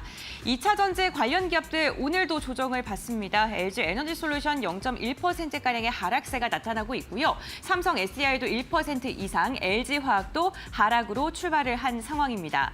오늘도 제약 바이오 관련 기업들은 여전히 지금 점진적으로 상승하고 있는 모습인데요. 삼성 바이오로직스가 0.9%가량, 셀트리온도 1%가량의 상승을 보이고 있는 상황입니다. 삼성 바이오로직스에 이어서 셀트리온 역시나 긍정적인 실적을 발표하면서 주가의 방향성이 좋습니다. 완성차 기업들 한 걸음 쉬어가는 분위기가 나타나고 있고요. 오늘 인터넷 대표주들의 흐름이 엇갈리고 있습니다. 시장의 예상치만큼의 실적을 발표한 카카오는 0.3% 상승으로 출발한 반면에 네이버 같은 경우에는 0.8% 소폭의 하락으로 출발을 했습니다. 오늘 저 PBR 관련 기업들이 힘을 내주고 있는 모습입니다. KB금융 지주사들이 오늘 일제히 좀 상승하고 있는 모습이고요. 메리츠금융 지주도 0.1%가량의 오름세가 포착이 되고 있는 상황입니다. HD현대 중공업 같은 경우에 중공업 부분에 대한 긍정적인 실적 전망 속에 오늘도 1% 이상의 오름세가 나오고 있습니다. 지금 시가총액 상위 종목들은 좀 혼조세가 나타나고 있는 상황인데요. 코스닥 시장은 어떨까요? 코스닥 시가총액 상위 종목들의 흐름도 함께 확인해 보시죠. 네, 코스닥 역시나 지수 따내는 흐름이 그다지 좋지 않습니다. 시가총액 상위 종목을 보게 된다면 오늘 상승과 하락이 엇갈리는 모습이 나타나고 있는 상황입니다. 우선 2차 전지 관련 기업들의 흐름은 좋지 않고요. 제약바이오주는 지금 다소 엇갈립니다. 셀트리온 제약과 리가켄 바이오는 힘을 내주고 있는 반면에 삼천당 제약과 HLB 같은 경우 1% 이상 빠지고 있는 모습입니다. 의료 미용기기 관련 기업과 관련돼서도 좀 엇갈리는 모습입니다. 보톨리늄 관련된 휴젤은 2.5% 강한 상승이 나오고 있는 반면에 비침습 관련 기업인 클래스 같은 경우에는 오히려 하락으로 출발을 했고요. 화장품 관련 기업인 실리콘투도 1% 이상 빠지고 있습니다. 이와 함께 제약바이오 관련 기업 중에 어제 20위권 안으로 들어온 파마리서치가 오늘 1% 이상의 강한 상승이 오늘 나오고 있는 상황이고요. ST팜 역시나 0.1%가량의 오름세가 포착이 되고 있습니다. 반도체 관련 기업들도 업종 내 섹터 내에서 엇갈리고 있습니다. 리노공업은 오히려 1% 이상의 상승을 하고 있는 반면에 HBSB, 이오테크니스, 솔브레인 등과 같은 반도체 소부장 대부분의 종목은 하락으로 출발을 한 상황입니다. 네, 휴젤이 지금 상승폭을 더 넓혀가면서 3% 이상의 강한 상승이 나타나고 있습니다. 그렇다면 시장을 주도하고 있는 업종은 어떤 업종일까요? 업종별 상승률 함께 확인해 보시죠. 네, 오늘 시장을 주도하고 있는 업종은 금융업종입니다. 시가총액 상위단에서 지주사들의 흐름이 괜찮았는데요. 역시나 금융업종이 0.3%가량 상승하고 있고요. 증권사가 0.1% 오르면서 오늘 금융 지주사들의 흐름이 괜찮다는 점이 포착되고 있습니다. 대부분의 업종들이 오늘 하락을 하고 있는 가운데 건설업종이 지금 두 번째로 많이 오르고 있는 상황입니다. 건설업종 업황 자체가 부진한 상황이 지속되면서 이로 인해 지금 저점에서 반등을 하고 있는 모습도 있고요. 이와 함께 우크라이나 재건과 관련되어서 엮여있는 기업들이 건설 업종에 대거 포진되어 있기 때문에 이 이슈가 오늘도 업종의 상승을 좀 끌어올리고 있는 것으로 보입니다. 정유도 0.2% 상승합니다. 간밤에 유가가 2%가량 올랐습니다. 미국의 재고가 좀 줄어들었고 중동발 불확실성이 다시금 부각을 받은 영향인데요. 오늘 정유업종도 상승하고 있는 모습 나타나고 있습니다. 다만 시장의 분위기는 전반적으로 좀 좋지 않은 모습이 나타나고 있는데요. 전문가들은 어떠한 특징을 지금 꼽고 있을까요? 지금부터 알아보시죠. 자, 우리 시장 그래도 낙폭을 조금은 줄였습니다. 코스피가 0.76%대, 아까 1% 넘게 하락 출발한 것에 비해서는 낙폭을 줄이고 있고 코스닥도 역시 1% 넘게 하락을 하다가 0.5%대 낙폭을 줄였습니다. 일본 니케이 지수는 오늘도 하락합니다. 1.7% 넘게 낙폭이 일본 시장도 크게 나오고 있다라는 것을 참고를 해주시고요. 자, 수급 상황 보겠습니다. 수급 상황은 코스피에서는 외국인과 개인이 매수를 하고 있습니다. 외국인이 코스피, 코스닥을 모두 매수를 하고 있는데 일단은 코스피에서는 200억 원 넘게, 규모는 크지 않습니다. 200억 원 넘게 매수하고 있고 선물 시장에서는 반대로 외국인이 매도를 여전히 하고 있는 상황, 기관은 500억 원 넘게 현물 매도하고 있는 상황입니다. 코스닥 시장에서도 개인과 외국인이 매수를 하고 기관이 170억 원 정도 매도를 하고 있는 상황입니다. 원달러 환율도 확인을 해보겠습니다. 조금 올라가면서 1,376원과 1,377원대에서 현재 움직이고 있는 원달러 환율의 움직임까지 체크를 해봤고요. 자, 그렇다면 시장의 분위기를 조금 더 자세하게 살펴보도록 하겠습니다. 박수범 대표님과 확인해 볼 텐데 반도체가 오늘 좀 무너지네요. 어떻게 보고 계세요? 네, 반도체, 간밤에 뉴욕 증시에서도 반도체 관련주들이 좀 조정을 좀 받는 분위기였는데요. 그 부분에 좀 연장선으로 좀 봐야 될 것 같습니다. 자, 아무튼 지금 삼성전자도 마찬가지, SK 하이닉스도 마찬가지고 완성업체들 같은 경우, 그 반도체를 완성하는 업체들 같은 경우에는 지금 이제 주가 조정이 좀 이루어지고 있는 부분들이고 오히려 최근 들어서 지수가 조정받으면서 반도체가 좀 무너질 때 국내에 있는 이제 장비 업체들은 좀 괜찮았어요. 반도체 장비 업체들 같은 경우에는 예를 들어서 이오테크닉스라든가 한미 반도체도 마찬가지였고 그리고 그 외에도 HBSP라든지 여러 좀 파크 시스템즈도 마찬가지고 외국인들의 매수 물량이 좀 들어오는 흐름들이었다라는 겁니다. 주가는 내려가더라도 외국인들의 수급이 좀 받쳐졌다라는 부분들에 있어서 솔직히 좀 삼성전자라든가 SK 하이닉스 쪽보다는 장비 쪽을 좀 바라봐야 되지 않나. 최근에도 삼성전자 쪽에서 얘기 나왔던 게 용인에 있는 이제 반도체 클러스터. 원래는 한 2년 뒤에 시공이 들어갈 거, 2026년도 정도에 시공이 들어갈 것으로 좀 기대했는데 내년 초부터 착공에 들어간다는 얘기가 좀 최근에 좀 수정이 되었죠. 그 내용 때문인지 외국인들이 그래도 반도체가 지금 조정받을 때 가장 많이 매수하는 곳이 반도체 장비 쪽이다. 그렇기 때문에 반도체 장비 쪽은 반등 흐름이 나온다 하더라도 좀 빠르게 반등이 좀 나와줄 수 있으니까요. 그 부분들을 좀 참고해서 대응할 필요가 있다고 말씀드리고 지금 이제 두산 에너빌리티라든가 삼성 E&A라든지 뭐 삼성 E&A 같은 경우에 과거 이제 삼성 엔지니어링이죠. 이제 플랜트 관련된 부분들에 있어서 계속해서 해외 쪽에서의 매출이 계속 증가하는 추세에 좀 놓여져 있었던 부분들이었는데 뭐 오늘 같은 경우에도 3%나 상승하고 있고 두산 에너빌리티 같은 경우에도 지금 이제 뭐 화력 발전이 되었던 뭐 원전이 되었던 뭐가 되었던 간에 그에 대한 이제 기자재를 만드는 회사고 뭐 세계적으로도 상당히 좀 인지도가 있고 시장 점유율도 상당히 좀 높다라고 보고 있습니다. 거의 뭐 미국에서 이루어지는 발전소의 소모품 교체라든가 여러 가지 부분들에 있어서는 거의 두산 에너빌리티가 좀 납품을 하고 있다라고 보시면 돼요. 국내 시장도 마찬가지고 뭐 그런 부분들 그리고 원전 수주가 앞으로 또 동유럽을 중심으로 해서 좀 더 이루어질 수 있다는 기대감 뭐 이런 부분들이 있다 보니까 뭐 시장이 안 좋을 때 오히려 뭐 실적에 대한 하반기 기대감이 있는 종목들이 좀 더 주가적인 상승 방어를 좀 해주고 있다라고 보여집니다. 이렇듯이 요즘 보면 시장 자체가 워낙 등락폭이 심하고 심리적으로도 지금 현재 불안 요소가 아직까지 뭐 꺼지지 않다 보니까 실적이 그래도 하반기에 좋게 나오겠다라고 판단되는 섹터라든가 종목에 대해서는 그래도 움직인다는 거죠. 상승 분위기를 연출을 해준다는 겁니다. 남들이 뭐 한두 번 발걸음 좀 앞으로 나아간다면 실적에 대한 기대감이 있는 친구들은 오히려 좀 뭐 5걸음, 6걸음 뭐 크게 좀 움직임을 반등 신호가 나왔을 때 크게 올라간다는 부분들에 있어서 계속해서 하반기 같은 경우에도 실적이 좀 좋게 나올 만한 종목들을 계속 관심을 가지고 대응할 필요가 있다라고 말씀을 좀 드리고 싶습니다. 네, 알겠습니다. 자, 결국에 실적주들을 봐야 된다. 실적이 탄탄한 종목들이 어려운 시장에서 우리가 방어할 수 있는 해법이 되겠죠. 자, 이번에는 박정식 파트너와도 살펴보도록 할 텐데요. 제약바이오 쪽이 여전히 그래도 좀 좋은 상황이고 코로나 관련된 종목들도 좀 움직임이 나옵니다. 오늘 시장 어떻게 보고 계세요? 네, 역시나 좀 시장이 약세로 흘러가다 보니까 이 좀 강력한 이슈를 포함한 종목들이 좀 강세를 보이고 있는 것으로 보여집니다. 일단 뭐 녹십자, MS, 시젠, 진배트리스, SS바이오 등 이런 이제 코로나 관련 종목들이 오늘 가장 강세를 보이고 있는 상황이고 또 해리스 부통령 지지율 상승으로 부각을 받았던 뭐 명문제약이나 아니면 화일약품 이제 이런 종목들도 상승력이 잘 나타나고 있는 것으로 보여집니다. 자, 그리고 이제 약세장에서도 일단 뭐 통신 관련주들이 조금 잘 지지를 받고 있는 상황이고 또 건설주들이 대형 건설주들이 현재 좀 지지를 잘 받고 있는 것으로 보여지고 있습니다. 그래서 지금 같은 하락장에 만약에 이제 투자처를 좀 찾으신다면 지금 현재 이런 이제 제약바이오 쪽 섹터는 좀 이슈적으로 강력하게 부각을 받았기 때문에 또 증시의 판세가 또 바뀌면 빠르게 무너질 수도 있기 때문에 현재 좀 잘 지지받고 있는 이제 대형 통신주들이나 아니면은 이제 대형 건설주들 이제 이런 종목들을 이제 바닥권에서 한번 접근해 보시면 괜찮지 않을까 생각을 해봅니다. 네, 알겠습니다. 자, 오히려 오늘 뭐 올라가는 종목 업종보다는 조금 눌려 있는 상황, 탄탄하게 좀 추세를 이어가는 업종 종목들을 살펴보도록 하겠습니다. 자, 그렇다면 시장에서는 어떤 종목과 업종을 많은 관심을 받고 있을까요? 투자자들이 지금 집중하고 있는 업종과 종목들 고은별 앵커 확인해 보도록 하겠습니다. 네, 국내 증시 개장한 지 12분여가 흐른 상황입니다. 투자자들의 검색 빈도가 높은 섹터 싱크풀을 통해 확인해 보겠습니다.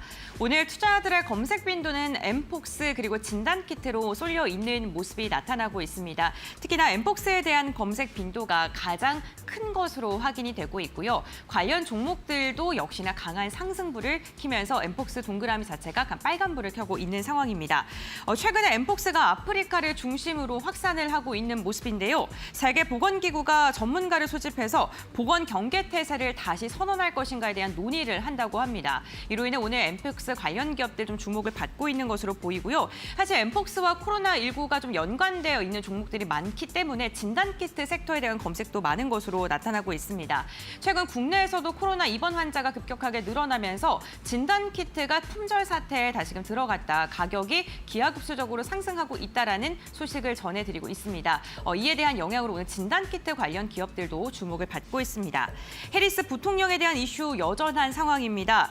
해리스 선거대책위원회가 팀 월즈 미소네타 주지사를 러닝메이트 부통령 후보로 공개했죠. 그 뒤에 진행이 된 500억 원의 후원금이 모집이 됐다는 이야기가 나오면서 민주당 후보와 그리고 부통령에 대한 후보가 지금 이슈화가 지속적으로 되고 있는 상황입니다. 관련 이슈로 오늘 종목들도 좀 부각을 받고 있는 모습이고요. 원전 이슈와 함께 체크해 보겠습니다. 원전 오늘 섹터가 전반적인 시장 부진 속에서도 좀 주목을 받고 있습니다. 안덕근 산업통상자원부 장관이 미국 워싱턴 DC를 찾아서 원자력 발전 수출의 걸림돌이 될 수 있는 웨스팅하우스사와의 소송 분쟁 해결을 위해서 논의를 지속한다. 그러기 위해 미국에 간다라는 소식이 전해지면서 이로 인해 원전 관련 기업들 시장의 불확실성이 나오는 가운데서 좀 주목을 받고 있다는 점 체크해 보셔야 될 것 같습니다. 그렇다면 이렇게 시장에서 주목받고 있는 섹터들 함께 알아봤고요. 시장을 주도하고 있는 종목들은 어떤 게 있는지 지금부터 알아보겠습니다.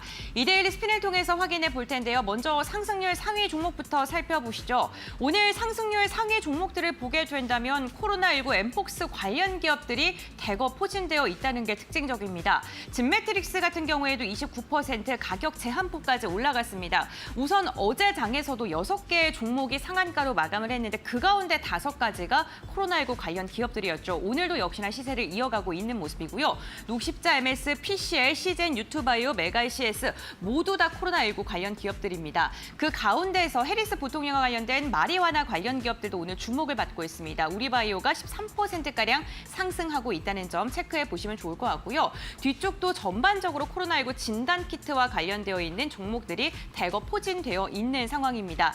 나노팀 같은 경우에는 전기차 화재와 관련된 이슈를 가지면서 오늘도 두 자릿대 상승을 이어가고 있는 상황입니다. 오늘 제약바이오 관련 기업들로 매기세가 강하게 쏠리고 있는데요. 그렇다면 거래량 상황은 어떨까요? 현재 구간 거래량이 강하게 쏠리고 있는 기업들의 흐름도 함께 확인해 보시죠. 거래량 상위 종목들의 흐름 체크해 보겠습니다. 역시나 마찬가지로 해리스 부통령 관련된 기업들 그리고 이와 함께 코로나19와 관련된 종목들이 오늘 거래량 상위 종목에 대거 포진이 되어 있는 상황입니다. 휴마시스, 랩지노믹스 그리고 하이약품, SX바이오, 녹십자, MS까지 전반적으로 거래량이 쏠리고 있는 기업들은 테마성 움직임이 좀 나타나고 있는 기업이고요. 뒤쪽을 가게 되시면 석유 관련 기업들이 오늘 좀 거래량이 쏠리고 있지만 차익 매도 물량이 출회가 되고 있는 부분이고요. 원전 이슈 말씀드렸죠. 두산 에너빌리티가 현재 구간 4% 이상 상승하고 있다는 점 체크를 해보셔야 될 것 같습니다. 어쨌든 오늘 시장 같은 경우에는 테마성 움직임이 굉장히 강하고요. 매기세가 일부 섹터를 중심으로 좀 흘러 들어가고 있는 듯합니다. 그렇다면 전문가들은 어떠한 특징 종목을 눈에 띄게 보고 있을까요? 지금부터 알아보시죠. 자, 시장의 낙폭이 조금 더 나오고 있습니다. 코스피가 0.9% 가까이 하락세, 코스닥도 0.95% 낙폭이 좀 깊어졌는데 외국인이 양시장에서 현물 매도로 전환이 됐습니다. 외국인 기관이 양시장에서 모두 매도하는 상황이기 때문에 지금 시장의 낙폭이 조금 더 깊게 내려가고 있는 상황이고요. 개인 투자자들만이 역시 양시장에서 지금 현물 매수를 하고 있는 상황입니다. 자, 시장에서 뭔가 집중할 것이 없습니다. 삼성전자, SK하이닉스 포함한 반도체나 2차전지, 제약바이오도 오늘은 그렇게 썩 힘을 내지 못하고 있는 상황인데 자 이러다 보니까 코로나와 관련된 진단키트 관련 종목 이런 쪽으로 지금 매기가 쏠리는 조금 시장이 아쉬운 상황이 펼쳐지고 있습니다. 자 박수먼 대표가 그러면 종목들을 좀 체크해 볼 텐데요. 이런 시장에서 어떤 종목을 좀 눈여겨보면 좋을까요? 네, 뭐 일단 지금 현재 뭐 말씀하신 대로 지금 코로나 관련주들의 움직임이 좀 강합니다. SD 바이오센서도 마찬가지고 CGN도 마찬가지고 뭐 수젠텐도 마찬가지고 뭐 이 부분들이 지금 현재 경기도만 하더라도 6월달 대비해서 7월달에 확진자 수가 2.2배나 더 늘어났다는 부분들 그리고 지금 이제 파리에서 프랑스 파리에서 지금 올림픽이 열리고 있지 않습니까? 여기도 지금 선수들이 코로나에 걸린 선수들이 점점 늘어나고 있다는 소식도 좀 들리고 있습니다. 뭐 이러다 보니까 지금 코로나 확진자 수가 좀 늘어나고 있다는 부분들로 인해서 진단키트 관련 종목들의 움직임이 좀 강한데 저는 이 중에서도 좀 우리가 눈여겨봐야 될 건 SD 바이오센서라고 좀 보고 있어요. 과거에도 우리가 코로나19 관련해서 매출이 가장 높았던 기업이 SD 바이오센서였고요. 그리고 SD 바이오센서 같은 경우에는 지금 이제 남미 시장이라든가 유럽 시장이라든가 북미 시장에 있어서 그 지역의 로컬 기업들을 좀 많이 인수했었죠. 돈을 한참 많이 벌었을 때 인수를 했었는데 인수한 이유는 유통 쪽이었습니다. 뭐 제약바이오 관련해서 유통회사들을 좀 인수했던 부분들이었는데 거의 탑 클래스 상위 안에 들어가는 기업들을 많이 인수했었고 그래서 그 어떤 회사들보다도 진단키트의 판매량이 글로벌 시장에서 늘어난다면 SD 바이오센서가 상당히 좀 가파르게 실적 전환을 할 수 있다라고 말씀을 좀 드리고 싶습니다. 아직까지는 뭐 영업이익이 좀 마이너스이긴 합니다만 판매량이 늘어나면서 영업이익이 흑자로 전환되면서 상당한 서프라이즈 실적이 좀 나아질 수 있다는 거죠. 뭐 그런 관점에서 봤을 때는 아무래도 다른 기업들보다는 SD 바이오센서가 전 세계적인 글로벌 파이프라인이 워낙 잘 형성되어 있기 때문에 꼭 우리가 진단키트 관련 종목들을 보셔야 된다 한다면 저는 LC 바이오 센서를 분명 우리가 공략해야 된다라고 말씀을 좀 드리고 싶고요. 자, 두 번째로 말씀드리고 싶은 건 제가 지금 장 시작하기 전에 현대차나 기아차가 지금 판매량이 좀 줄어들고 있다라고 말씀드렸어요. 7월 달에. 하지만 그중에서 눈에 띄는 건 뭐냐면 작년 YOY상 봤을 때 전기차는 줄어들었어요. 33% 정도 판매량이 줄어들었는데 하이브리드 자동차는 오히려 44% 더 늘어났습니다. 자, 그렇다면 그에 대한 이제 낙수 효과는 누가 볼 수 있을까요? 바로 코리아 FT라는 회사입니다. 그렇기 때문에 코리아 FT가 지금 이제 주가 움직임을 좀 보게 되면 크게 움직이지는 않아요. 뭐 크게 움직이지는 않지만 현재 그래도 지수 대비해서는 양호한 움직임을 보여주고 있다라고 좀 말씀을 좀 드리고 싶고요. 현재 뭐 마이너스 0.87%인데 뭐 대략적으로 마이너스 1% 정도인데 이 정도는 뭐 아침에 지금 이제 외국인도 소극적이고 기관도 소극적입니다. 매도라고 얘기하기에는 좀 부족한 지금 이제 매도세를 보여주고 있기 때문에 뭐 그런 흐름들을 보여주고 있는 와중에 뭐 장중에 조금이라도 좀 뭔가 수급의 전환이 이루어진다면 코리아 FT와 같은 종목들을 좀 바라볼 필요가 있다. 왜? 현대차, 기아차도 마찬가지고 지금 이제 글로벌 완성차 업체들 쪽에서도 하이브리드 자동차에 대한 수요가 증가하면서 지금 현재 전체적으로는 판매량이 줄어들었지만 완성차들이 줄어들었지만 그 중에서도 하이브리드 자동차에 대한 판매량이 좀 늘어나고 있다는 부분들. 뭐 그렇다면 국내에서는 코리아 FT가 가장 관심을 받고 주가가 단기 상승 흐름이 강할 것으로 기대하고 있습니다. 네, 알겠습니다. 코리아 FT와 SD 바이오 센서를 오늘 집중하고 계신 박수범 대표님의 종목 함께 이야기 들어봤고요. 자, 이번에는 박정식 파트너와도 종목 좀 체크해 볼 텐데요. 이렇게 시장이 좀 눌릴 때, 분위기 좋지 않을 때 어떤 종목을 미리미리 좀 골라볼까요? 네, 일단 뭐 코로나 관련주들이나 이제 제약 바이오 섹터는 이미 좀 잘 움직이고 있으니까 어차피 저는 이제 이참에 좀 저가 매수할 수 있는 그런 종목 그리고 하락장에 좀 잘 견뎌낼 수 있는 종목을 한번 골라보았습니다. 그래서 첫 번째로는 대우건설 보도록 하겠습니다. 아까 이제 장 초에도 이제 건설 섹터가 좀 잘 지지받는다고 했는데 그리고 또 원전 관련 이슈도 이제 언급을 해주셨죠. 그렇기 때문에 이 대우건설 같은 경우에는 체코 원전 사업 컨소시엄 참여 기업으로 아무래도 이제 원전 쪽하고 엮여서 움직일 수 있는 여력이 존재할 것 같습니다. 최근 또 실적이 좀 부진하기는 했지만 주가도 충분히 좀 빠져 있는 그런 상황이기 때문에 지금 3,700원대 이하로 좀 느긋하게 분할 매수 관점 가져가시면 좋을 것 같고요. 두 번째 종목은 아시아나 항공입니다. 아시아나 항공 같은 경우에는 일단 최근 이슈가 하나 나온 것이 대한항공과 아시아나항공 기업 결합이 거의 이제 마무리 단계에 접어들었다고 합니다. 그로 인해서 10월 정도에 이제 유럽과 미국 경쟁 당국이 최종 승인을 예상한다라는 어떤 그런 발언이 최근에 나오고 있고 이런 이제 유럽 경쟁 당국이 제시한 조건, 유럽 노선 14개 중에 4개 노선을 이제 이관하는 거, 그리고 아시아나 화물 사업을 매각하는 거, 이런 것들이 지금 잘 진행이 되고 있어서 현재 이 하락장에서도 좀 잘 견뎌내고 있는 그런 상황이기 때문에 아시아나 항공과 아시아나 IDT 이 두 종목을 좀 관심 있게 보시면서 접근을 해보시면 좋지 않을까 생각을 하고 있습니다. 네, 알겠습니다. 자, 이렇게 종목까지 함께 체크를 해봤습니다. 오늘 시장에서 뭐 시장이 하락할 때 오히려 목석을 잘 가릴 수 있는 기회라고 생각할 수도 있으니까요. 이런 종목들 오늘 시장에서 조금 더 자세하게 살펴보도록 하겠고요. 자, 그럼 마지막으로 오늘 시장 어떻게 대비해야 할까요? 여전히 하락 추세 멈추지는 않고 있습니다. 어제 그제 반등을 했지만 다시 하락으로 전환됐는데 오늘 시장을 우리가 대응할 수 있는 핵심 키포인트를 잡아보겠습니다. 박수범 대표님의 키포인트부터 알아보죠. 네, 일단 좀 외국인과 기관도 오늘 옵션 만기이다 보니까 뭐 포지션에 대해서 우리가 좀 바라볼 필요가 있는데 현재 선물 같은 경우에도 외국인들이 뭐 지금 매도를 하고는 있지만 지금 현재 뭐 대략적으로 약 1,500억 정도? 1,500억 정도면 상당히 좀 양호한 편이다라고 말씀을 좀 드릴 수가 있고 현물에 대한 매도 물량은 조금씩은 좀 늘어나고는 있습니다만 그렇게 뭐 다급하게 지수 하락 대비해서는 그렇게 크게 뭐 매도하는 분위기는 아니에요. 다만 지금 현재 투자 심리가 약화되다 보니까 하락할 때 지금 현재 매수하고자 하는 물량이 아직까지는 좀 더 관망을 좀 보여주고 있다는 부분이죠. 그래서 현물도 마찬가지로 선물도 마찬가지로 일단 지금 현재 기관도 마찬가지고 외국인도 마찬가지로 지금 매도를 하고는 있지만 그렇게 크게 쇼크를 줄 만큼의 움직임은 아니다. 그래서 언제든지 장중에 좋은 이슈가 좀 발생하고 흐름이 좀 나와준다면 그 부분에 있어서는 다시 언제든지 좀 플러스로 전환될 수 있으니까요. 원래 그렇습니다. 지금 외국인들 항상 그래요.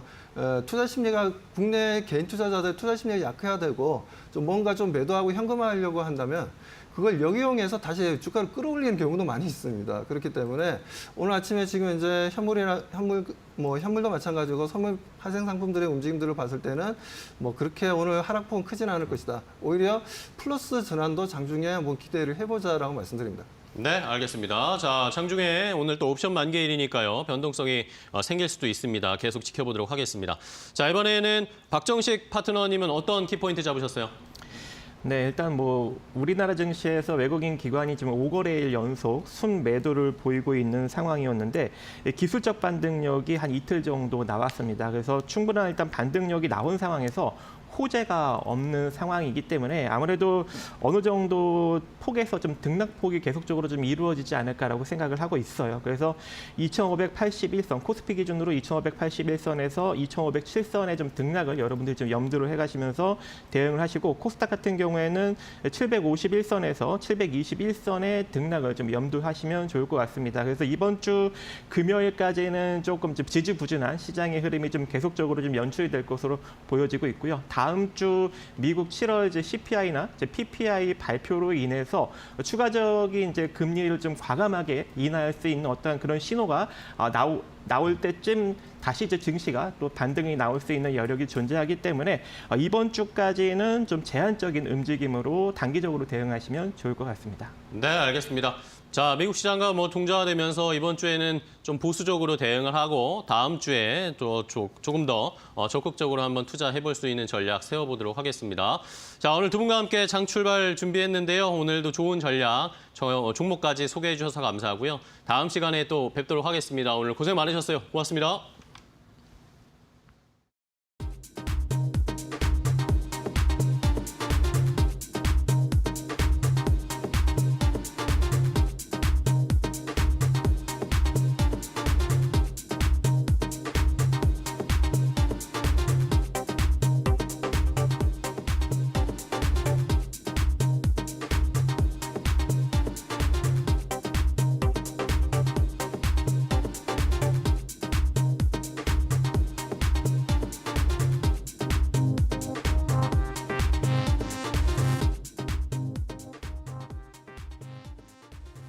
자, 이제 오늘 시장에서 종목 골라보도록 하겠습니다. 오늘 시장에서 시세를 조금 더 시장보다 분출할 수 있을, 시장을 이길 수 있을 만한 종목을 알아볼 텐데요. 오늘장 선발 종목입니다.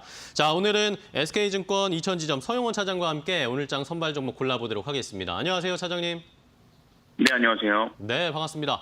자, 오늘 시장도 뭐 좀 조정이 나오고 있는데 이럴 때 좀 좋은 종목, 오히려 저가에 매수할 수 있을 만한 종목을 좀 골라보도록 하겠습니다. 어떤 종목 보고 계세요? 네, 오늘 제가 관심 있게 보고 있는 종목은 셀트리온 좀 보고 있습니다. 셀트리온이요. 자, 최근에 시장 조정 나오고 나서 제약바이오에 대한 집중, 관심이 더 커지고 있습니다. 셀트리온도 여전히 상승 여력 유효할까요? 네, 뭐 일단은 실적이 좀 뒷받침되는 바이오 종목으로서는 좀 긍정적인 시각을 좀 보고 있는 상황이고요. 뭐 2분기 매출액이 8,737억을 좀 기록하면서 상사 이래 최대 매출을 좀 달성을 했습니다. 물론 영업이익이 좀 감소한 모습들은 있습니다만 이 부분들에 대해서는 원가 상승에 따른 부분들과 최근 뭐 기업 합산에 따른 뭐 일시적 원가 상승과 무형자산 상각 등이 좀 반영이 됐다라는 점에서 뭐 그런 점을 감안해보면 일회성의 좀 비용이다라고 좀 볼 수가 있겠습니다. 그렇기 때문에 오히려 하반기에 대한 기대감은 충분히 있다라고 볼 수가 있겠고요. 뭐 유럽에서 좀 판매 중인 램시마라든가 에비스마, SC에 대한 점유율이 상당히 좀 크게 좀 증가를 하고 있는 상황입니다. 특히 뭐 영국에서 같은 경우에는 87.5%의 점유율을 좀 보이고 있기 때문에 이러한 것을 좀 바탕으로 해서 조금 진펜트라, 램시마 SC의 미국 제품명인데요. 진펜트라에 대한 미국 시장 진출에 대한 기대감도 확보가 돼 있는 상태이기 때문에 여기에 따라 외국인과 기관의 수급들도 함께 유입되고 있다라고 좀 보실 수가 있겠습니다. 네, 좋습니다. 자, 그럼 셀트리온 뭐 실적도 잘 나왔고 제약바이오 쪽의 전반적인 분위기도 개선되고 있습니다. 가격 전략 어떻게 잡을까요? 어제 급등이 좀 나왔어요. 네, 어제 급등 상승세 이후에 오늘 좀 거래량 줄어들면서 좀 조정을 좀 보이고 있는 상황인데요. 현재 가격부터 하단에 대해서는 19만 원 선까지 좀 분할 매수 관점으로 충분히 대응 가능할 것으로 예상이 좀 되는 만큼 좀 관심 있게 살펴보시면 좋을 것 같고요. 우선 1초장 목표가는 정고점을 좀 더 돌파하는 자리에서 22만 원대 좀 잡아보실 수 있을 것으로 예상이 됐고, 좀 손절가는 기술적 이탈 자리인 17만 원 좀 제시를 해드리도록 하겠습니다. 네, 알겠습니다. 셀트리온 오늘 20만 원 돌파 한번 기대를 해보면서 저희도 장 끝까지 잘 지켜보겠습니다. 좋은 종목 소개해 주셔서 감사하고 다음 시간에 또 뵐게요. 고맙습니다. 네, 감사합니다. 네, 고맙습니다. 자, 이렇게 오늘장 선발 종목으로 제약바이오 또 CDMO 쪽에 셀트리온을 제안을 해드렸습니다. 얼마 전에 좀 좋은 실적을 발표했고 어제 또 거래량이 붙었죠. 다 계속해서 상승할 수 있을지 20만 원 선 맞고 계속 좀 떨어지는 모습 보여주고 있는데 이번에는 과연 20만 원 돌파하면서 22만 원까지 목표가 제시를 해드렸습니다. 오늘 장 끝까지 한번 잘 살펴보시고 공략해보시기 바랍니다. 지금까지 오늘장 선발 종목이었습니다.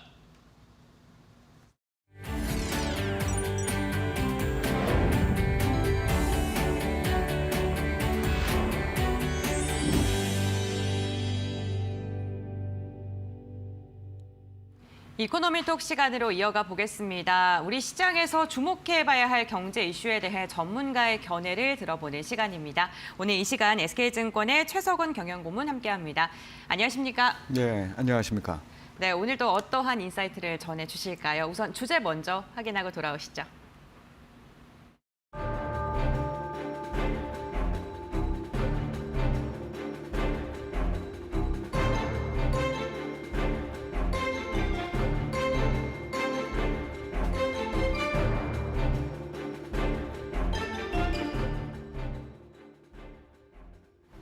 네, 미국 중앙은행의 통화정책 방향의 전환 그리고 우리 시장에 미칠 영향에 대한 이야기를 나눠보겠습니다. 우선 연준이 9월 금리 인하를 공식화하면서 이 금리 인하에 대한 기대감은 커지고 있는 상황입니다. 25bp에 대한 이야기를 했는데 시장에서는 25bp 정도면 괜찮다라는 이야기와 함께 지금 금리 인하 시기가 조금 더 선제적으로 진행돼야 되는 게 아니냐, 50bp 인하를 해야 되는 게 아니냐라는 그런 불안감이 나타나고 있는 상황입니다. 이런 혼조한 양상 속에 우리가 어떠한 또 코멘트를 한번 들어볼지 이야기를 나눠보겠습니다. 우선 25bp 그리고 50bp 인하에 대한 인하 폭에 대한 이야기가 좀 지속적으로 나오고 있는데요. 네네. 고모님이 보시기에는 인하를 좀 어떻게 단행을 해야 된다고 생각하시는지 좀 궁금합니다. 예, 예. 결국은 이제 상황 인식, 특히 경제 상황이 어떻게 되냐에 대한 그 연준의 인식이 지금 바뀌었느냐. 네. 그런 부분이 중요하겠죠. 사실은 주가가 갑자기 굉장히 큰 폭으로 떨어지니까 이 시장에서는 50bp 인하를 비롯해서 빠르게 대응을 해야 된다는 이제 시각들이 늘어나는 것 같습니다. 그 얘기는 경기 침체가 임박했다고 본다는 얘기겠죠.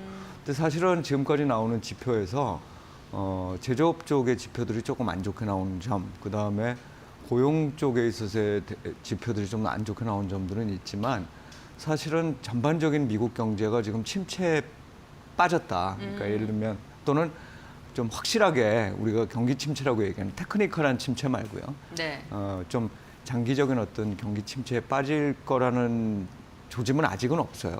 이제 그렇게 본다면 연준 입장에서 25bp를 인하하는 게 50bp를 인하하는 것보다는 조금 더 유리한 선택이 아닐까 이렇게 생각을 합니다. 특히나 이번에 금융시장 혼란의 원인도 사실은 경기 침체에 대한 우려를 많이 얘기하고 있지만 이게 뭔가 굉장히 비싸져 있던 상황에서 이제 엔화 강세와 같은 트리거가 나타나는 현상이기 때문에 오히려 이게 장기적으로 침체로 빠질 수 있게 하는 어떤 그 시장의 불안 이런 거를 좀 완화시키기 위해서라도 제가 보기에는 좀 차근차근 인하하는 게 예를 들면 50bp 인하를 하게 되면 상당한 이제 그 리세션에 대한 우려를 공유하고 있다는 점을 밝히는 거거든요. 네. 굳이 그런 선택을 할 것 같지는 않다고 생각을 하고 있습니다. 그래서 25bp 인하를 하고 대신에 이제 속도는 종전에 이제 제가 한 분기별 한 번 정도쯤의 인하 속도를 생각을 했는데 네. 그 속도를 조금 빨리 하는 거를 기준으로 해서 통화 정책을 아마 내년 상반기까지는 이어나가지 않을까 생각을 하고 있습니다. 50bp를 오히려 인하를 하게 된다면 경기 침체를 인정하는 거기 때문에 시장이 더 크게 흔들릴 수 있다라고 좀 이야기를 해주셨는데 그렇다면 25bp는 어쨌든 인하를 하게 된다면 시장은 상승을 할 수 있을지도 좀 궁금하고요. 네네. 이번 주 인하해야 된다는 이야기도 나왔었거든요. 네네. 네, 이에 대해서도 어떻게 생각하시는지 궁금합니다. 네. 미국의 미국뿐만 아니라 네. 글로벌 IB들이 지금 속속 자기들 의견을 바꾸고 있죠. 네, 그래서 맞습니다. 뭐 50bp 인하를 해야 된다고 그랬던 쪽들은 계속해서 내 말이 맞지 뭐 이런 식인 것 같고 네. 25bp 인하를 했던 쪽도 뭐 더 내릴 수 있는 거 아니냐, 빨리 해야 되는 거 아니냐 이런 생각들을 하는 것 같습니다. 전망도 내놓고 있고, 저도 사실은 연준이 어떻게 결정할지 그걸 다 알 수 있는 건 아닙니다만 네. 아까 말씀드린 대로 그런 어떤 자신감과 신뢰성을 회복하는 게 지금은 중요한 시기인 것 같고 그리고 사실 지금은 이제 그 금리 인하라는 게 이 사람들이 알아버렸어요. 지금 미국이 금리를 인하하는 게 또 한편에서는 우리 또 말씀을 나눌 수 있겠지만 그 일본의 엔화, 그러니까 엔에 대한 어떤 그 일본의 통화 정책하고 이렇게 맞물려서 네. 시장에 어떤 식으로 충격을 줄 수 있는지를 지금 봐버렸단 말이죠. 그래서 오히려 여기서 대폭적으로 인하를 하게 되면 그게 오히려 시장을 좀 혼란시키는 시그널로 작동할 가능성도 있습니다. 그래서 제가 보기에는 그 경기 침체가 임박했기 때문에 그걸 대응하기 위해서 우리는 빨리 인하를 해야 되겠다 이런 식으로 주장하는 건 이제 시장의 마음인 거고 네. 이 중앙은행 입장에서는 장기적으로 봤을 때 진짜 심각한 경기 침체. 예를 들면 이 과거에 우리 87년 때도 마찬가지고 네. 뭐 이런 시장이 한번 크게 뒤흔들리고 나면 그게 오히려 소비자들한테 영향을 미쳐가지고 침체로 이어지는 경우들이 있거든요. 그러니까 이제 그거를 막기 위한 안정적인 어떤 흐름을 만들어내는 게 지금 각국 중앙은행으로서는 굉장히 중요한 일이고 특히나 일본과 미국의 중앙은행들이 이번 사태를 지나면서 조금 이렇게 이른바 과거에도 했겠지만 그 공조와 비슷한 느낌의 그런 긴밀한 어떤 협조가 있지 않을까라는 생각을 해서 저는 사실 25bp 인하를 한다고 해서 시장이 막 그것 때문에 크게 오르지도 않지만 어쨌든 시장을 오히려 안정시키는 데에는 25bp 인하가 더 중요하지 않을까 이렇게 생각을 합니다. 네, 지금 엔화에 대한 이야기를 계속 하고 계신데요. 네네. 사실 지금 고용에 대한 거 그리고 제조업에 대한 둔화 조짐도 있지만 엔화 강세로 인해서 엔캐리 트레이드 청산에 대한 우려가 또 시장을 크게 흔들었습니다. 네네. 그래서 만약에 일본이 금리를 인상을 또 선제적으로 하게 되고 미국이 금리를 인하하게 된다면 금리 격차 폭이 점점 더 줄어들게 되고 이로 인해서 엔캐리 트레이드 청산에 대한 우려는 더 커질 수밖에 없다라는 이야기 분석이 좀 나오고 있고 공포감에 좀 흔들렸던 것 같은데요. 일본이 금리 인상을 하겠다는 게 사실 기정사실화되었던 거잖아요. 네네. 네, 다들 알고 있었던 사실 중에 하나인데 왜 이렇게 시장이 반응을 한 것인지 그게 좀 궁금해요. 네, 일단 네. 속도가 좀 그러니까 시점이 네. 시장의 이번 달은 생각보다는 아니고. 조금 빨랐습니다. 네. 그러니까 결국은 아까도 말씀드렸지만 시장은 이미 그 많이 비싸져 있는 상태였었어요. 뭐 비싸다 하더라도 또 사시는 분들이 있으니까 계속 네. 시장에 가긴 갔지만 역사적인 관점에서 보면 뭐 S&P 같은 경우는 지금 내려서도 사실은 과거 평균으로 보면은 조금은 비싸져 있는 상태라는 거죠. 그러니까 시장은 이 유동성 탓일 텐데 네. 비싸질 대로 비싸져 있는 상황에서 또 한편으로는 경기 침체는 아니더라도 어쨌든 경기는 둔화되는 시그널이 좀 나오는 상태에서 투자자들 입장으로 보면 이거를 어쨌든 느린 속도로 이렇게 조정을 하려고 했을 거예요. 그게 제가 보기에는 한 5월 정도부터는 나타났던 현상이라고 봅니다. 그런데 갑작스럽게 인상을 해버리니까 사실은 이제 그 피할 수 있는 시간이 굉장히 없어져 버렸죠. 그래서 대대적으로 이게 아마 되감기 현상이 나오면서 다시 엔화를 강세로 만들고 엔화 강세가 나타나니까 다시 또 이 청산 물량이 늘어나게 되는 이런 악순환이 지난 한 주 동안 나타났던 게 아닌가 생각을 하고 있습니다. 그래서 당장 지금 일본의 경우에는 물론 어느 정도는 그런 현상이 나타날 거로 짐작은 했었을 거로 봐요. 일본은행이. 그런데 네. 생각보다 너무 강렬하게 이런 현상이 나타나니까 이제 금리 인상에 대해서 상당 기간을 안 하겠다라고 뭐 못을 박은 것까지는 아니지만 그래도 주장을 하고 있는 거죠. 이제 이런 상황이라는 건 결국 일본도 마찬가지고 미국도 마찬가지고 지금 가장 큰 그 정책 당국의 화두는 이거를 장기적인 경기 침체로 갖고 가지 않게 하는 거예요. 그러기 위해서는 안정적인 통화 정책이 가장 중요하다. 그래서 일본 같은 경우에 지금 이제 좀 빨리 해서 어찌 보면 네. 이런 충격을 한번 겪었기 때문에 지금부터의 속도는 굉장히 느려질 가능성이 높다고 생각을 합니다. 그렇습니까? 오늘 그 BOJ 중앙은행 의사록이 좀 공개가 됐는데 일주일 네네. 전만 하더라도 네. 점진적으로 금리 인상을 할 것이다라는 좀 강한 코멘트들이 달렸는데 네. 어제는 바로 또 신중론으로 방향을 좀 돌리는 네네네. 모습이 확인이 네네. 됐습니다. 일주일 사이에 좀 변화를 한 건데 그건 일본 은행도 이 정도의 여파 파급력까지는 좀 생각하지 못한 걸까요? 네, 그렇다고 생각을 하고요. 네. 이게 뭐 서로 사실은 이게 던져놓기 전까지는 아무도 모르는 상황이고 네. 또 음모론을 좋아하시는 분들은 네. 오히려 이렇게 해봤을 때 시장이 어느 정도쯤 반응을 할 것인지 본다는 점. 네. 또 한 가지는 일정 부분에 좀 어쨌든 그 일본 시장도 약간 과열 분위기가 있었으니까 그 부분을 맞습니다. 꺾는다는 의도도 같이 이제 시행한다는 점 이렇게 해석을 하기도 하는데 사실은 이렇게 뭔가를 던졌을 때 시장이 반응하는 걸 보고 또 상호작용을 해가면서 통화정책을 시행하는 거거든요. 지금 일본이 아까 제가 말씀드렸다시피 결국 중요한 거는 중앙은행이 이걸 장기적인 침체로 다시 가지 않게 하는 것. 그거를 일본의 이 문구로 해석을 해본다면 사실은 디플레이션 위험이 다시 생기지 않는다는 거예요. 근데 일본은 사실 뭐 여러 가지 이유들이 이렇게 혼재를 했지만 네.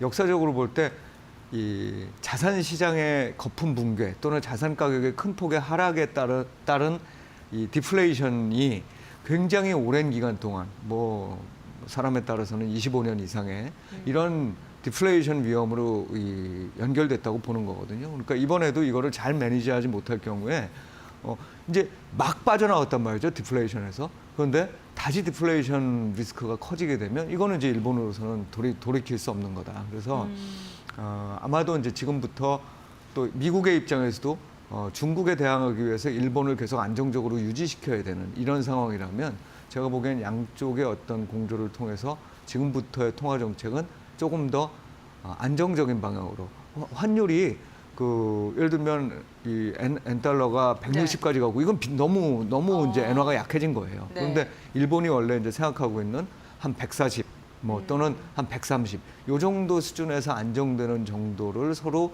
논의해 가면서 아마 이 정책은 수행할 거다. 물론 이제 시장이 정책 수행한 대로 다 그대로 흘러 주는 건 아니지만 그걸 통해서 그러한 정책을 통해서 그 미국과 일본의 어떤 경제 측면에 있어서 연착륙, 그 다음에 디플레이션 리스크가 생기지 않는 일본 측면에서는 그런 현상이 나타난다고 보면 시장도 다시 이제 안정된 분위기로 흐를 수 있겠죠.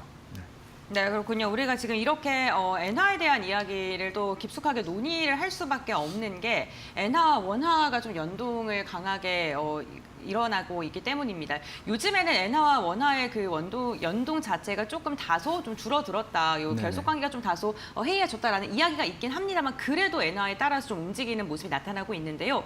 일각에서는 뭐 어제 분위기를 통해 좀 바뀌긴 하겠지만 원달러 환율이 1,300원대로 내려갈 수도 있다라는 이야기도 나왔습니다. 1,300원대 초반까지 내려가게 될 수도 있다라는 이야기가 나오는데 그렇다면 이러한 전망에 대해서는 고모님께서 어떻게 생각하시는지 정말 그렇게 내려갈까요?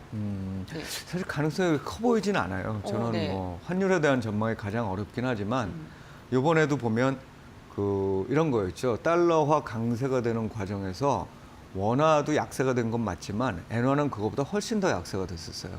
근데 그러다가 이번 과정에서 달러와 엔화 사이의 어떤 관계는 엔화가 강세로 돌아서는 이런 흐름이 나타났지만 원화는 사실 별 큰 변화가 지금 나타나지 네. 않고 있습니다. 근데 결국 이건 뭐냐면 엔화의 움직임이 일단 지금 현재는 그 축인 거고 원화는 결국은 또 뭐 엔화의 영향도 약간 일부는 받겠지만 기본적으로 원과 달러와의 관계에 의해서 이제 설정이 된다고 봐야 되겠죠. 그러면 이제 원 달러로 움직이는 근본적인 힘은 뭐냐? 뭐 첫 번째는 금리 차일 텐데 제가 보기에는 미국이 금리를 내리면 다른 나라들도 지금 금리를 내려야 되는 상황, 같이 내리려고 하는 그런 상황이라고 보여집니다. 그러니까 네. 일본을 제외한 나머지 국가들은 사실상 미국과의 금리 차가 크게 줄어들 가능성이 별로 없는 상황이에요. 게다가 아까 미국에 대해서 뭐 침체 위험이 상대적으로 적다고 말씀을 드렸지만 네. 미국 경제와 기업들에 있어서의 어떤 경쟁력이라는 건 사실 적어도 지금 저희가 보기에는 그 유럽이라든지 또는 우리나라라든지 뭐 중국은 말할 것도 없고 이런 나라들의 경쟁력에 비해서는 아직까지는 월등하게 보여지고 있다. 결국 환율을 결정짓는 요소가 금리차라면 금리차 측면에서는 별 변화가 없을 거고 또 이 각 국가별 어떤 그 국가의 경쟁력, 성장에 네. 대한 부분이라든지 아니면 기업의 경쟁력을 보더라도 아직 변한 측면이 별로 없기 때문에 엔화는 조금 강세로, 달러 대비해서 강세로 좀 갈 수 있겠지만 원화는 달러에 대해서 그렇게 강세로 갈 가능성이 별로 없어 보인다. 그래서 이 결과는 결국 뭐냐? 원엔 환율에 영향을 미치겠죠. 네. 원엔 환율이 100엔당 850원 정도까지 갔다가 지금 단번에 940원 뭐 이 정도까지 맞아요. 많이 온 올랐어요. 상황이거든요. 이제 이 영향이 조금 우리한테 뭔가 영향을 미칠 수 있겠죠. 이제 영향이 그래도 우리는 과거에 보면 엔이 상대적으로 원화에 비해서 상대적으로 약할 때 강할 때 어느 쪽이 우리 경제에 전체적으로 좋으냐 그거는 뭐 상황 따라 좀 다를 수 있겠지만 적어도 원화가 엔화에 비해서 상대적으로 약세일 경우에는 경합도가 높은 수출 기업들의 경우에는 수혜를 볼 수 있겠죠. 대신에 이제 내수나 이런 측면에서는 상대적으로 좀 나쁠 수 있습니다. 더해서 보면은 저는 좀 플러스일 거라고 봐요. 기업들 측면에서 봐서는 괜찮을 거라고 보는데 이제 그럼에도 불구하고 우리가 그 원화가 달러에 대해서 막 강세가 되면서 나타나는 여러 가지 그런 현상들은 같이 나타나지 않는다는 측면에서 이번에 이런 그 과정에서 원달러 환율이 1,300원 초반 또는 뭐 그 이하로 떨어지는 이런 현상이 나타날 거다. 이런 주장에는 동의하지 않습니다. 오히려 원달러의 연동성보다는 원 엔화의 부분을 좀 봐야 되고 제조업, 특히나 수출 관련 기업들이 우리나라가 조금 더 우호적인 환경이 조성될 수 있다라고 말씀을 해주셨습니다. 우리나라 이야기를 좀 더 깊숙하게 해야 될 것 같습니다. 22일 날 금통위가 예정이 네네. 되어 있는 상황인데요. 미국보다 더 빠르게 선제적으로 금리 인하를 해야 한다라는 이야기도 나오고 있고 이번 달 아니더라도 10월과 11월에 연속으로 금리 인하 선택해야 되는 게 아니냐라는 목소리도 나오고 있는 상황인데요. 고문님께서는 어떻게 바라보시나요? 네, 10월, 11월에 뭐 연속으로 해야 될 상황이라면 네. 제가 보기엔 8월에 하면 되죠. 그래서 사실은 네. 한국은행이 그렇게 결정을 내릴지는 뭐 누가 알겠습니까? 사실 이제 결정이 돼봐야 하는 거겠지만 제가 보기엔 8월에 내리는 게 맞다고 생각을 하고요. 8월에요? 네. 네. 그리고 특히나 이 전체적인 어떤 이 우리나라 경제의 지금 구조를 보면 네. 이 수출 기업들은 괜찮아요. 수출은 벌써 뭐 한 1년 가까이 계속 플러스 증가율로 이제 돌아서서 올라오고 있는 중이고 경상수지나 또는 뭐 무역수지도 굉장히 좋은 7년 만에 거의 상황입니다. 최대라고 네네. 하던데요. 그런데 이제 문제가 되는 건 뭐냐면은 저기예요. 내수 부분이에요. 내수 부분의 가장 큰 축을 담당하고 있는 건 결국 소비인데 소비가 잘 안 살아나는 이유가 여러 가지 있겠죠. 근데 이제 그 중에서 대표적인 이유가 결국은 금리 부담이 가계에 상당히 이제 작용을 하고 있는 측면이 있거든요. 그래서 금리 부담을 좀 줄여주는 어떤 그 행보가 필요하다고 생각을 하고 있고 또 한 가지는 조금 정부하고 한국은행 입장에서도 이 금리 인하라는 게 좀 근접했다는 신호를 보내는데 어떤 방향의 신호냐면 부동산 시장이 최근 들어서 조금은 좀 들썩이잖아요. 네. 이거에 대한 대응이라든지 또는 가계부채에 대한 대응을 하려면 사실 금리 높게 유지해야 되잖아요. 근데 그럼에도 불구하고 지금의 이제 정책 방향은 당연한 얘기이기도 하겠지만 공급을 늘린다든지 다른 방식으로 이 부동산 시장을 안정시키려는 흐름이 나타난다. 이 얘기는 금리 인하가 임박했구나. 그리고 한번 인하를 하게 되면 좀 소비자들한테 긍정적인 영향을 미칠 만큼 좀 진행이 되겠구나 하는 점을 우리가 생각해 볼 수 있겠습니다. 근데 그 부동산 시장에 대한 부담감이 사실 지금 되게 크잖아요. 네네. 이슈도 많이 되고 있고. 그런데 8월에 선제적으로 인하를 그래도 할까요? 그 부담감을 갖고. 네네. 사실 이제 네. 한국은행 입장에서는 그것도 중요하지만 네. 결국은 부동산 시장은 또 안정시킬 수 있는 근본적인 다른 대책들이 있다는 거죠. 그건 이제 정부에 맡겨놓고 한국은행은 사실 내수 경기를 살리는 쪽에 더 네. 초점을 맞추는 게 지금으로서는 더 제가 보기엔 좋은 선택이 아닐까라고 생각을 합니다. 네, 알겠습니다. 미국 중앙은행의 통화정책의 변화 노선의 그 기로에 서 있는 8월입니다. 우리나라 역시나 과연 8월에 고모님의 말씀처럼 인하를 선제적으로 진행하게 될지 이 부분 함께 체크해 보시면서 시장 대응해 보시면 좋을 것 같습니다. 오늘 도움 말씀 주신 고모님과 여기서 마무리하겠습니다. 고맙습니다. 네, 고맙습니다.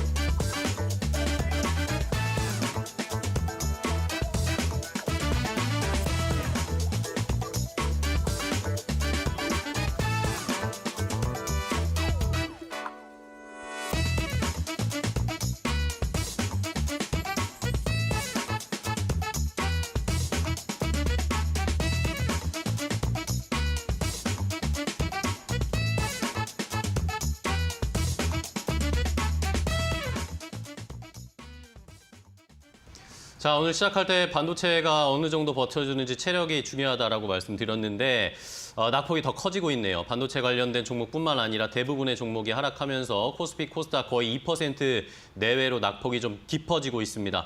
오늘도 저희 함께 마켓나우 2부, 3부 함께 하시면서 좀 대응이 필요할 것 같아요. 네, 그렇습니다. 저희는 내일도 보다 더 정확하고 발빠른 소식으로 여러분들과 함께 하겠습니다. 네, 내일 아침 8시에 다시 인사드리도록 하겠습니다. 시청해주신 여러분 고맙습니다.